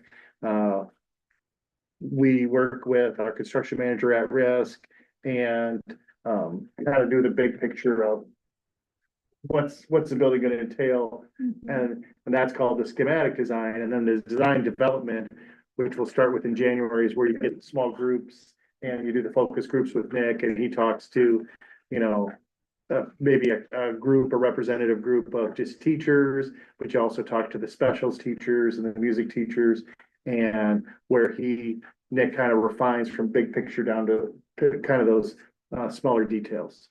So those are the big things with the bond. Again, the schedule hasn't changed. It'll be about a 3-year process. We're still get the design ready to go in the next 10 months, hopefully, that we can go out for bids in the fall of 2025. Have building construction start in the spring of 26 with a completion date for the new school of, about 18 months. So then the get into the new school in the fall of 2027. So that's where we're at with the bond. And as Cindy and I were talking right before the meeting, it's awesome that our bond passed. And it's still kind of sinking in. There were 32 bond votes in Iowa and 12 passed. So that was about 40%. And we were the third highest percentage. I think I sent some out to the board that said Highland passed. Highland did pass, but they had an election snafu where the precincts had the wrong ballots. Mm. And so they've passed, but now they have to go through the process again, because one of the precincts had ballots that shouldn't have had the school bond on it. And then one of them that should have had the bond didn't. So I unfortunately congratulated the Highland superintendent, and then he had to text me back and say, well, actually, so. I was like, gosh, if something like that happened, there should be a news story. Well, then I went to KCRG and found the news story. So, And a couple of them passed less than 10 votes. yeah, there were a couple, Very. One that had 6 votes. yeah. So yeah, but very, very happy for our community. And I know one thing that I kept hearing last Tuesday night was this community supports education, and absolutely reaffirmed last night. So that was spectacular. And we appreciate all the hard work of the Vote Yes Committee Oh, gosh, and yeah. many other people who advocated for this bond pass. Absolutely. The Vote Yes Committee did a tremendous job. I think there's a lot of things that they did that other districts will look to copy in the future. And we did hear from both our architect and construction manager consultants that said the Decorah campaign was unlike anything that they've seen in their careers. Which is really great to hear. And they're already sharing ideas that our Vote Yes Committee put to work to share ideas with other communities to do. So tremendous effort, and still processing what that means to have that pass. So excited to get to work. A really neat piece of that is it was all community led. Absolutely. You know, by people from our community that Yeah. pulled together to, you know, to come to rally together and did an amazing job. And I was asked by Decorah News, like, what was the one issue for most people? And I was like, I don't know if there was one issue for most people. I think there was a lot of different factors, but I think that's, to Brian's point, you got a lot of people advocating out there, and it wasn't all just teachers or parents. I mean, there were grandparents, there were former staff member, there were some people that I don't know, you know, they don't have a child or grandchild that will benefit, or they just wanted it for this community. So really good stuff. So, and then the conference update, we did hear, was it a week ago or last Friday? Mhm. No, it must have been a week ago Friday, Mhm. 2 weeks. that Dr. Snow, I don't know what the official terminology, but she did not overrule the recommendation from the Boys Association of Girls Union. She did have a little bit more verbiage stating that she understood that the difference was size versus travel. And she decided to go with rejecting our application based on size of our school versus the Upper Iowa. To that end, I know Ron's been involved a lot, and Ron and Adam and I have talked about next steps, and I'm gonna maybe defer to Mr. Riley. Put him on the spot, but next steps, not rushing, I'll segue in. We're not gonna rush into something because we don't need to, and we don't need to do this thing where we rush into something and then 7 months later we get an answer. Yeah, I mean, probably the biggest thing for this group and our community to know is, I mean, there's the 25-26 school year, we will have to operate as an independent. Schedules are completed for the other leagues, and to be able to, I mean, we started this process about 6 months ago before we actually ended up with an answer. Mhm. To be able to get to that, and there's still certain timelines, the way the process is laid out. Now that you're talking another 6 months, so we have to begin our process for that year from an independent standpoint, and while we have some of that time, I think it gives us an opportunity to have some internal conversations, amongst this group. You can continue to check with our community, and then obviously some external conversations as it relates to, this process. I think us and Waverly have a lot of questions as it relates to this process, and what it has and has not provided. There's some key questions that we really relate to. And we would like to be able to get some answers on as far as the lens of a student. And where and how has due process been afforded to our students? The process did not work for us at all, and it's created a lot of work for you. I just want to acknowledge that I don't assume that it's going to be easy to operate as an independent, because our schedule is blank, and most schools that are in a conference have most of their blanks are filled in, but we're starting with nothing. So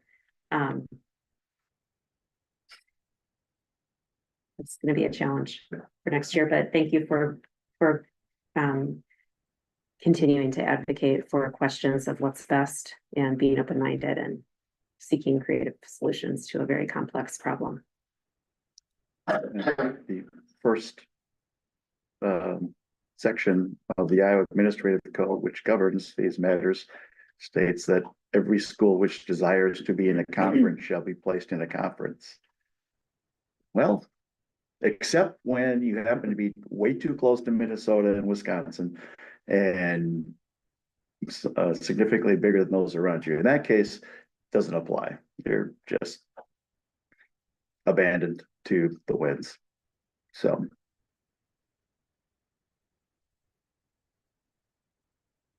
Yes, I will second that, noting exactly what Ron said from Director Snow's final decision that states exactly that all schools that desire a conference are guaranteed one. We did not. We desire a conference and we did not get one. On the good side, us and Waverly are the only two left. I mean, they're not in the Northeast Iowa Conference, but I would say we own the intellectual property rights to that, and the future TV contracts might just save us all. I did have a discussion with somebody today as far as there could be a North Division and a South Division of the Northeast Iowa Conference. Conference division champions every year. There is nothing in the Iowa code that declares or states how many Teams teams required. constitute. Yeah, sure. Wow. That still doesn't fill in all your blanks. No. Right. About winning the race with our. For perspective, I know, currently this year Waverly's independent, and is it Hull Western Christian or? Western Christian. So there's, and how long's Hull been independent for? Mr. Elmer's probably could better defer to that from his time. 3 years now, maybe. 3 years, maybe. Maybe longer than that. How many? No, I don't know. Maybe Ron knows the answer to this. How many conferences has Waverly Shawrock applied to so far? Well, two. They applied to the Mississippi Valley for wrestling only. And they have now applied twice to the WAMAC and been denied both times.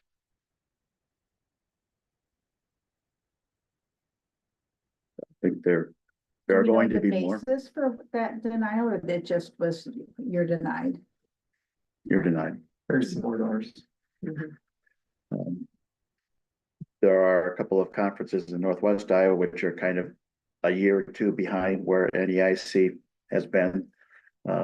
The Lakes Conference, and I believe it's a Siouxland Conference, where there have been appeals, and I haven't really followed it terribly closely, but I think there are a couple other schools that are right behind us in line about to face the very same prospects as we are. Comparatively speaking, this fall in Lakes Conference, 3 of their member schools had stated that their intention was to leave. And at some point in time in October, they're after a meeting of the superintendents and powers that be, that they will still maintain that 5-team league for another school year. As they continue to work through some of that, but changing. I mean, there's changing demographics, let's be real.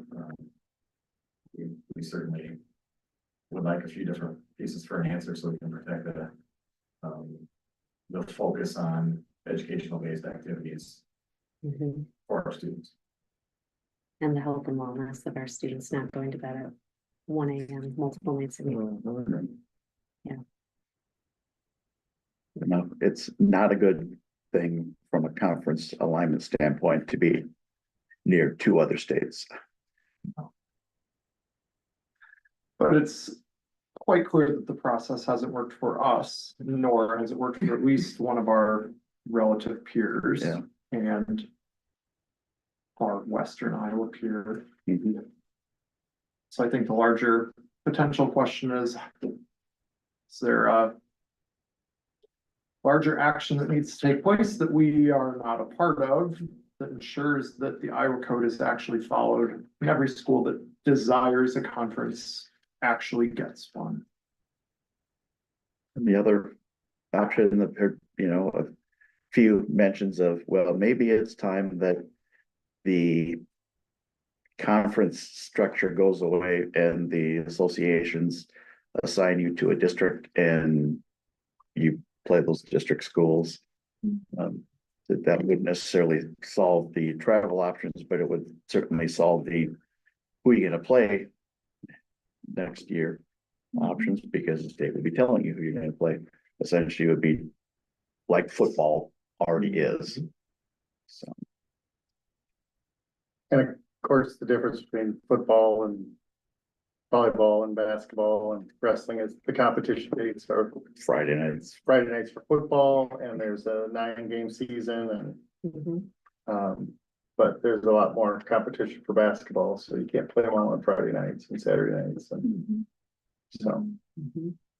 So yeah, so in my mind, it's easier to travel on Friday nights in the fall than it is for basketball and wrestling in winter.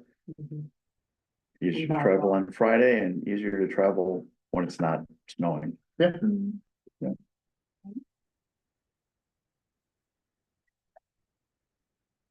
So there is no timeline for us to figure out a next step, is that? There's no specific timeline. I think we're gonna have some, as Mr. Riley said, some internal discussions and some external discussions with some of the powers to be and because of my other things, there's no need to rush into something that isn't gonna solve 25, 26 has already kind of been determined by default. So we're really working on a solution for 26, 27, and we want to make sure that makes sense and works for the core students. And I want to emphasize that again, because I know there's different media outside of our community and don't understand that in our world as activities directors, and when a normal cycle, we're building schedules that are even 2 and 3 years out.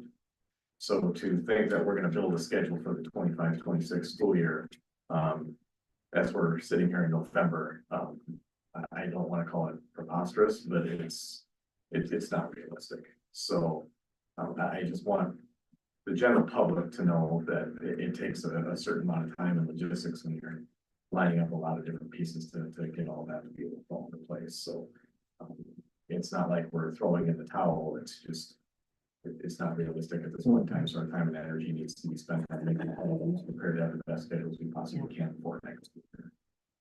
And you made that timeline very clear last winter and spring when we were talking about this.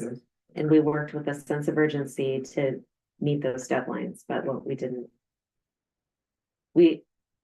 I personally did not expect it to take 6 months. So I just want to honor that. You've had a really strong timeline. Yeah. And we'll do our best. Okay. Anything else for superintendent's report? Okay, next is. We're not gonna recognize the big. Oh, well. Oh, yeah. Tell us I about think that that. deserves a mention. Yes, it does. Yeah, it's kind of a blur. So, Decorah High School was recognized as a Blue Ribbon Award winner. And so we're one of the 5 schools from the state of Iowa, the only high school. And, Brad helped me out, 356 schools recognized statewide. Or Nationwide, thank you, nationwide, received the Blue Ribbon honor, based on your you know, kind of your test scores and those kind of things. It was kind of interesting to, as they were announcing on Friday, Brad and I were, and Nicole Cody went to Washington DC, to receive the honor. But we were kind of, it was just interesting to watch the schools and how many were public schools and how many were charter schools and how many were private. And high school wise, it seemed like, I wasn't keeping track, but it seemed like there were fewer public high schools that received the award. But very great honor, you know, we talk about this district is high achieving and really does well. And so as ceremonies go, it was pretty neat. Quite an honor for Decorah. Humbled that I got to go. And I got to show my subway skills to Brad. Subway transfer, that was big for me. I hadn't done that yet. Which is absolutely one of my favorite things to do is ride a subway and figure that logistics out. But no, it was really neat. Brad, I pause. It was kind of good to just hear some different perspectives and kind of grow your own in terms of different ways that schools can operate and run and hear ideas from people and share your own ideas. There's a lot of things that unite us at the same time in terms of like things that we're all dealing with and talking about different things that are in place. They had a really good principals panel where they had like some principals that had talked about different things that they've implemented and done in their schools. That was good to see. They had a real focus on educator wellness and just kind of, you know, taking care of ourselves so we can take care of our kids, which was kind of a unique thing. And there were some good speakers on that topic. So it was good learning and refreshing and all the things you would hope it would be. Thanks. It's a huge honor. And I hope that the district, not only at the high school level, takes pride in that honor, but it's really the strength of the district For sure. that feeds into that. So a celebration for everyone. Absolutely. Yeah. Okay. Finally, our financial report is This month I put in a couple of extra comparisons. The first one was the language learner expenditures. Last month we went to the SBRC and had an additional allowable growth request. You can see it all depends upon salaries, benefits, what we're paying staff. And also who are we serving as numbers of students. When the staff changes, the salaries changed a little bit, so we were able to have less money going out for ELL last year. That was coming out of the general fund budget. But we also added a teacher this year, so now we have 3 teachers serving those ELL students. We also have more students counted this year. I'll say, yeah, a huge thanks to Yeah. 42 students. That's a trend. Yeah, and last year was 36, and in the fall of 2017, it was 17. It's a huge increase. Yeah. And the other one was the transportation report. I just wanted to take a look at that very first line, total cost of fuel. You can take a look. The first 4 years there were just Decorah alone. The line down the middle is when we merged or reorganized with Northwind. But that very first year, we had a COVID year, so the cost of fuel was down. And on what the premium is for gas, so it rose and then it came back down last year. In fact, we have two less routes this year. I assume that's probably gonna really be reflected next year with less buses and fuel. And all. Yeah, less driver costs and it'll be interesting to see on the fuel. Hopefully, we're more efficient with those routes. So we would assume that the cost of fuel, you know, if the cost of fuel is exactly the same, that cost should go down then, because I think we're more, well, obviously, we're more efficient with how we're doing it. So one thing though, I think, fewer routes doesn't, necessarily mean fewer miles. It doesn't, but by putting it into the system, Chris feels pretty confident that he eliminated some of there might have been some redundancy. We are more efficient, but. Yeah. So that's where it's a good point, Ron, but I think we will see fewer miles overall.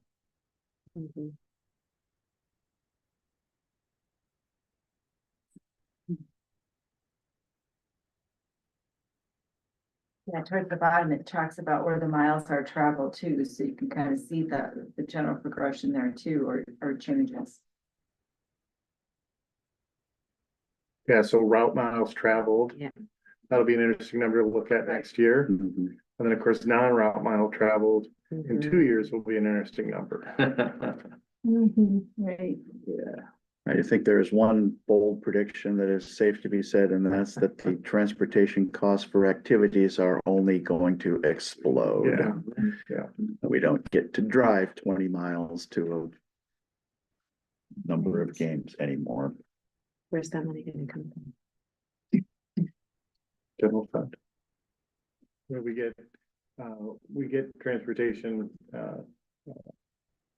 what would we call that, Kathy? Not transportation, we get transportation assistance from the state? Yes, we do. And then we also have non-public transportation, so, picking up the, non-publics and having them ride our buses, we fill out a report. Okay, so like, for example, for next school year, knowing that we're gonna be operating as an independent school district for 25-26. That won't have any bearing on the transportation report. You'll be traveling more miles to games, so you'll see more expense that way. Mhm. You're still gonna pick up your Montessori kids and your St. Right. Ben's. Right. So Montessori might play a little bit more with non-public transportation refund.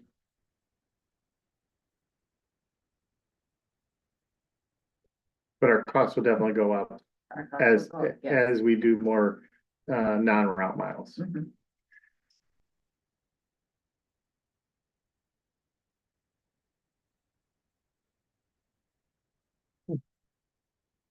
Guess what my question was, knowing that we will be operating as an independent school district and that our non-district students that comes from our general fund, that is not coming from this, like, All transportation costs are coming from the general fund except for like the purchase of your vehicles. We're just paying those out of capital. so I get what you're trying to say, But- Steve, that there are going to be increases in our expenses, the state is not going to recoup. that's exactly what I'm saying. And we are very, we've been operating as a community, sharing resources for a long time. Can we continue to afford it? That's what I'm wondering. Do we cover our expenses for someone like Montessori? Well, That's the state requires us to do the non-public transportation, and as Kathy was saying, we do get reimbursed for that. So all the St. Benedict students that we've transported in the past, we've gotten reimbursed for. And now that Montessori is accredited, they qualify for transportation, and we would get reimbursed for those. okay, so we will be reimbursed for those. We will Yeah. not be reimbursed for Additional travel Travel. related to to, extracurricular activities. Right. So, but will that be a year, like when that cost goes up, then a year later, we would see more transportation aid? Did it, maybe, Maybe. That's 200 and some thousand, isn't it? That extra transportation I income. think it's $54,000 a month for 10 months. 500,000. And we are increased, we are reimbursed 100% for the cost of picking up the Montessori and the St. Ben's students. It's a formula driven by the state. I think coming back to the premise of your question, Cindy, is that expenses are about to go up, but the amount that is provided to us will not change based on the amount of distance we have to travel. The amount might change based on the number of students, but not on how far we are going to help them get their extracurricular activities in. So we have to limit opportunities for students based on the expense of travel? Or will we have to look at the expense of salaries well, I'm just Based on wondering, the- yeah, how are we gonna, based on the amount of travel? Or will we have to look at potentially activities that can't be continued because of the cost? The overall cost. And I And I don't, hope none of these things come to bear, but yeah, I just wanna, I don't wanna paint a picture of doom and fear, but at the same time, we have a huge responsibility of financially managing the district, and I just wanna make sure that we are being thoughtful about what could lie ahead. Yeah. And some of that too is the purchase of more 12-passenger vans. Taking vans versus, buses, trying to do something like that. Yeah, right.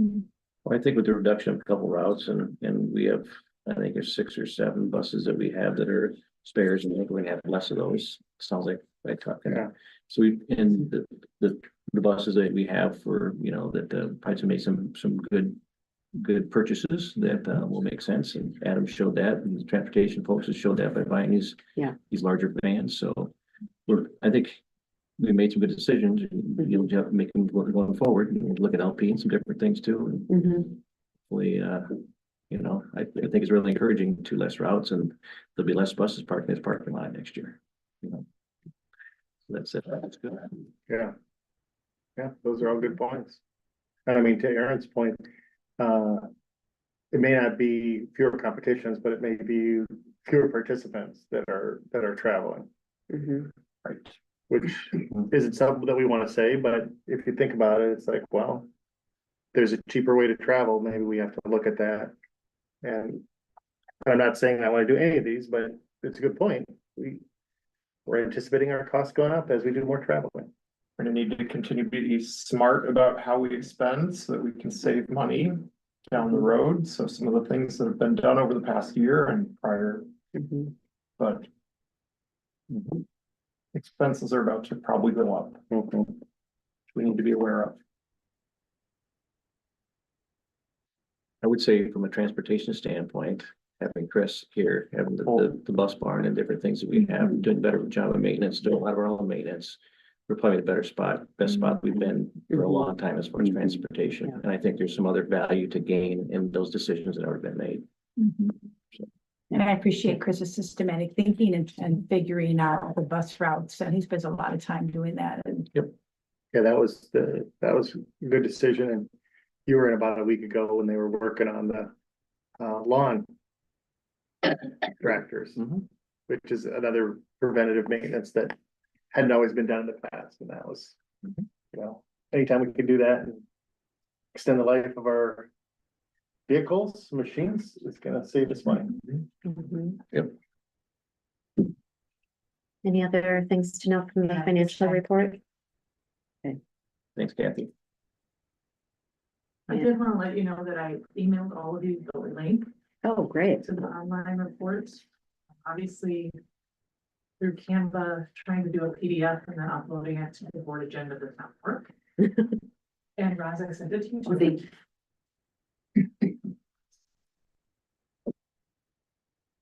Troubleshooting data.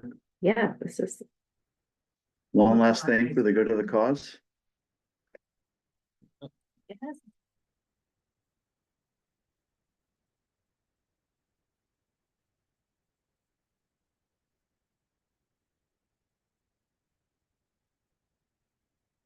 It's been my pleasure. That's all I can say. It's been my pleasure. Thank you all.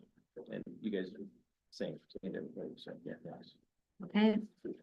Well, with that, I'll call the meeting adjourned.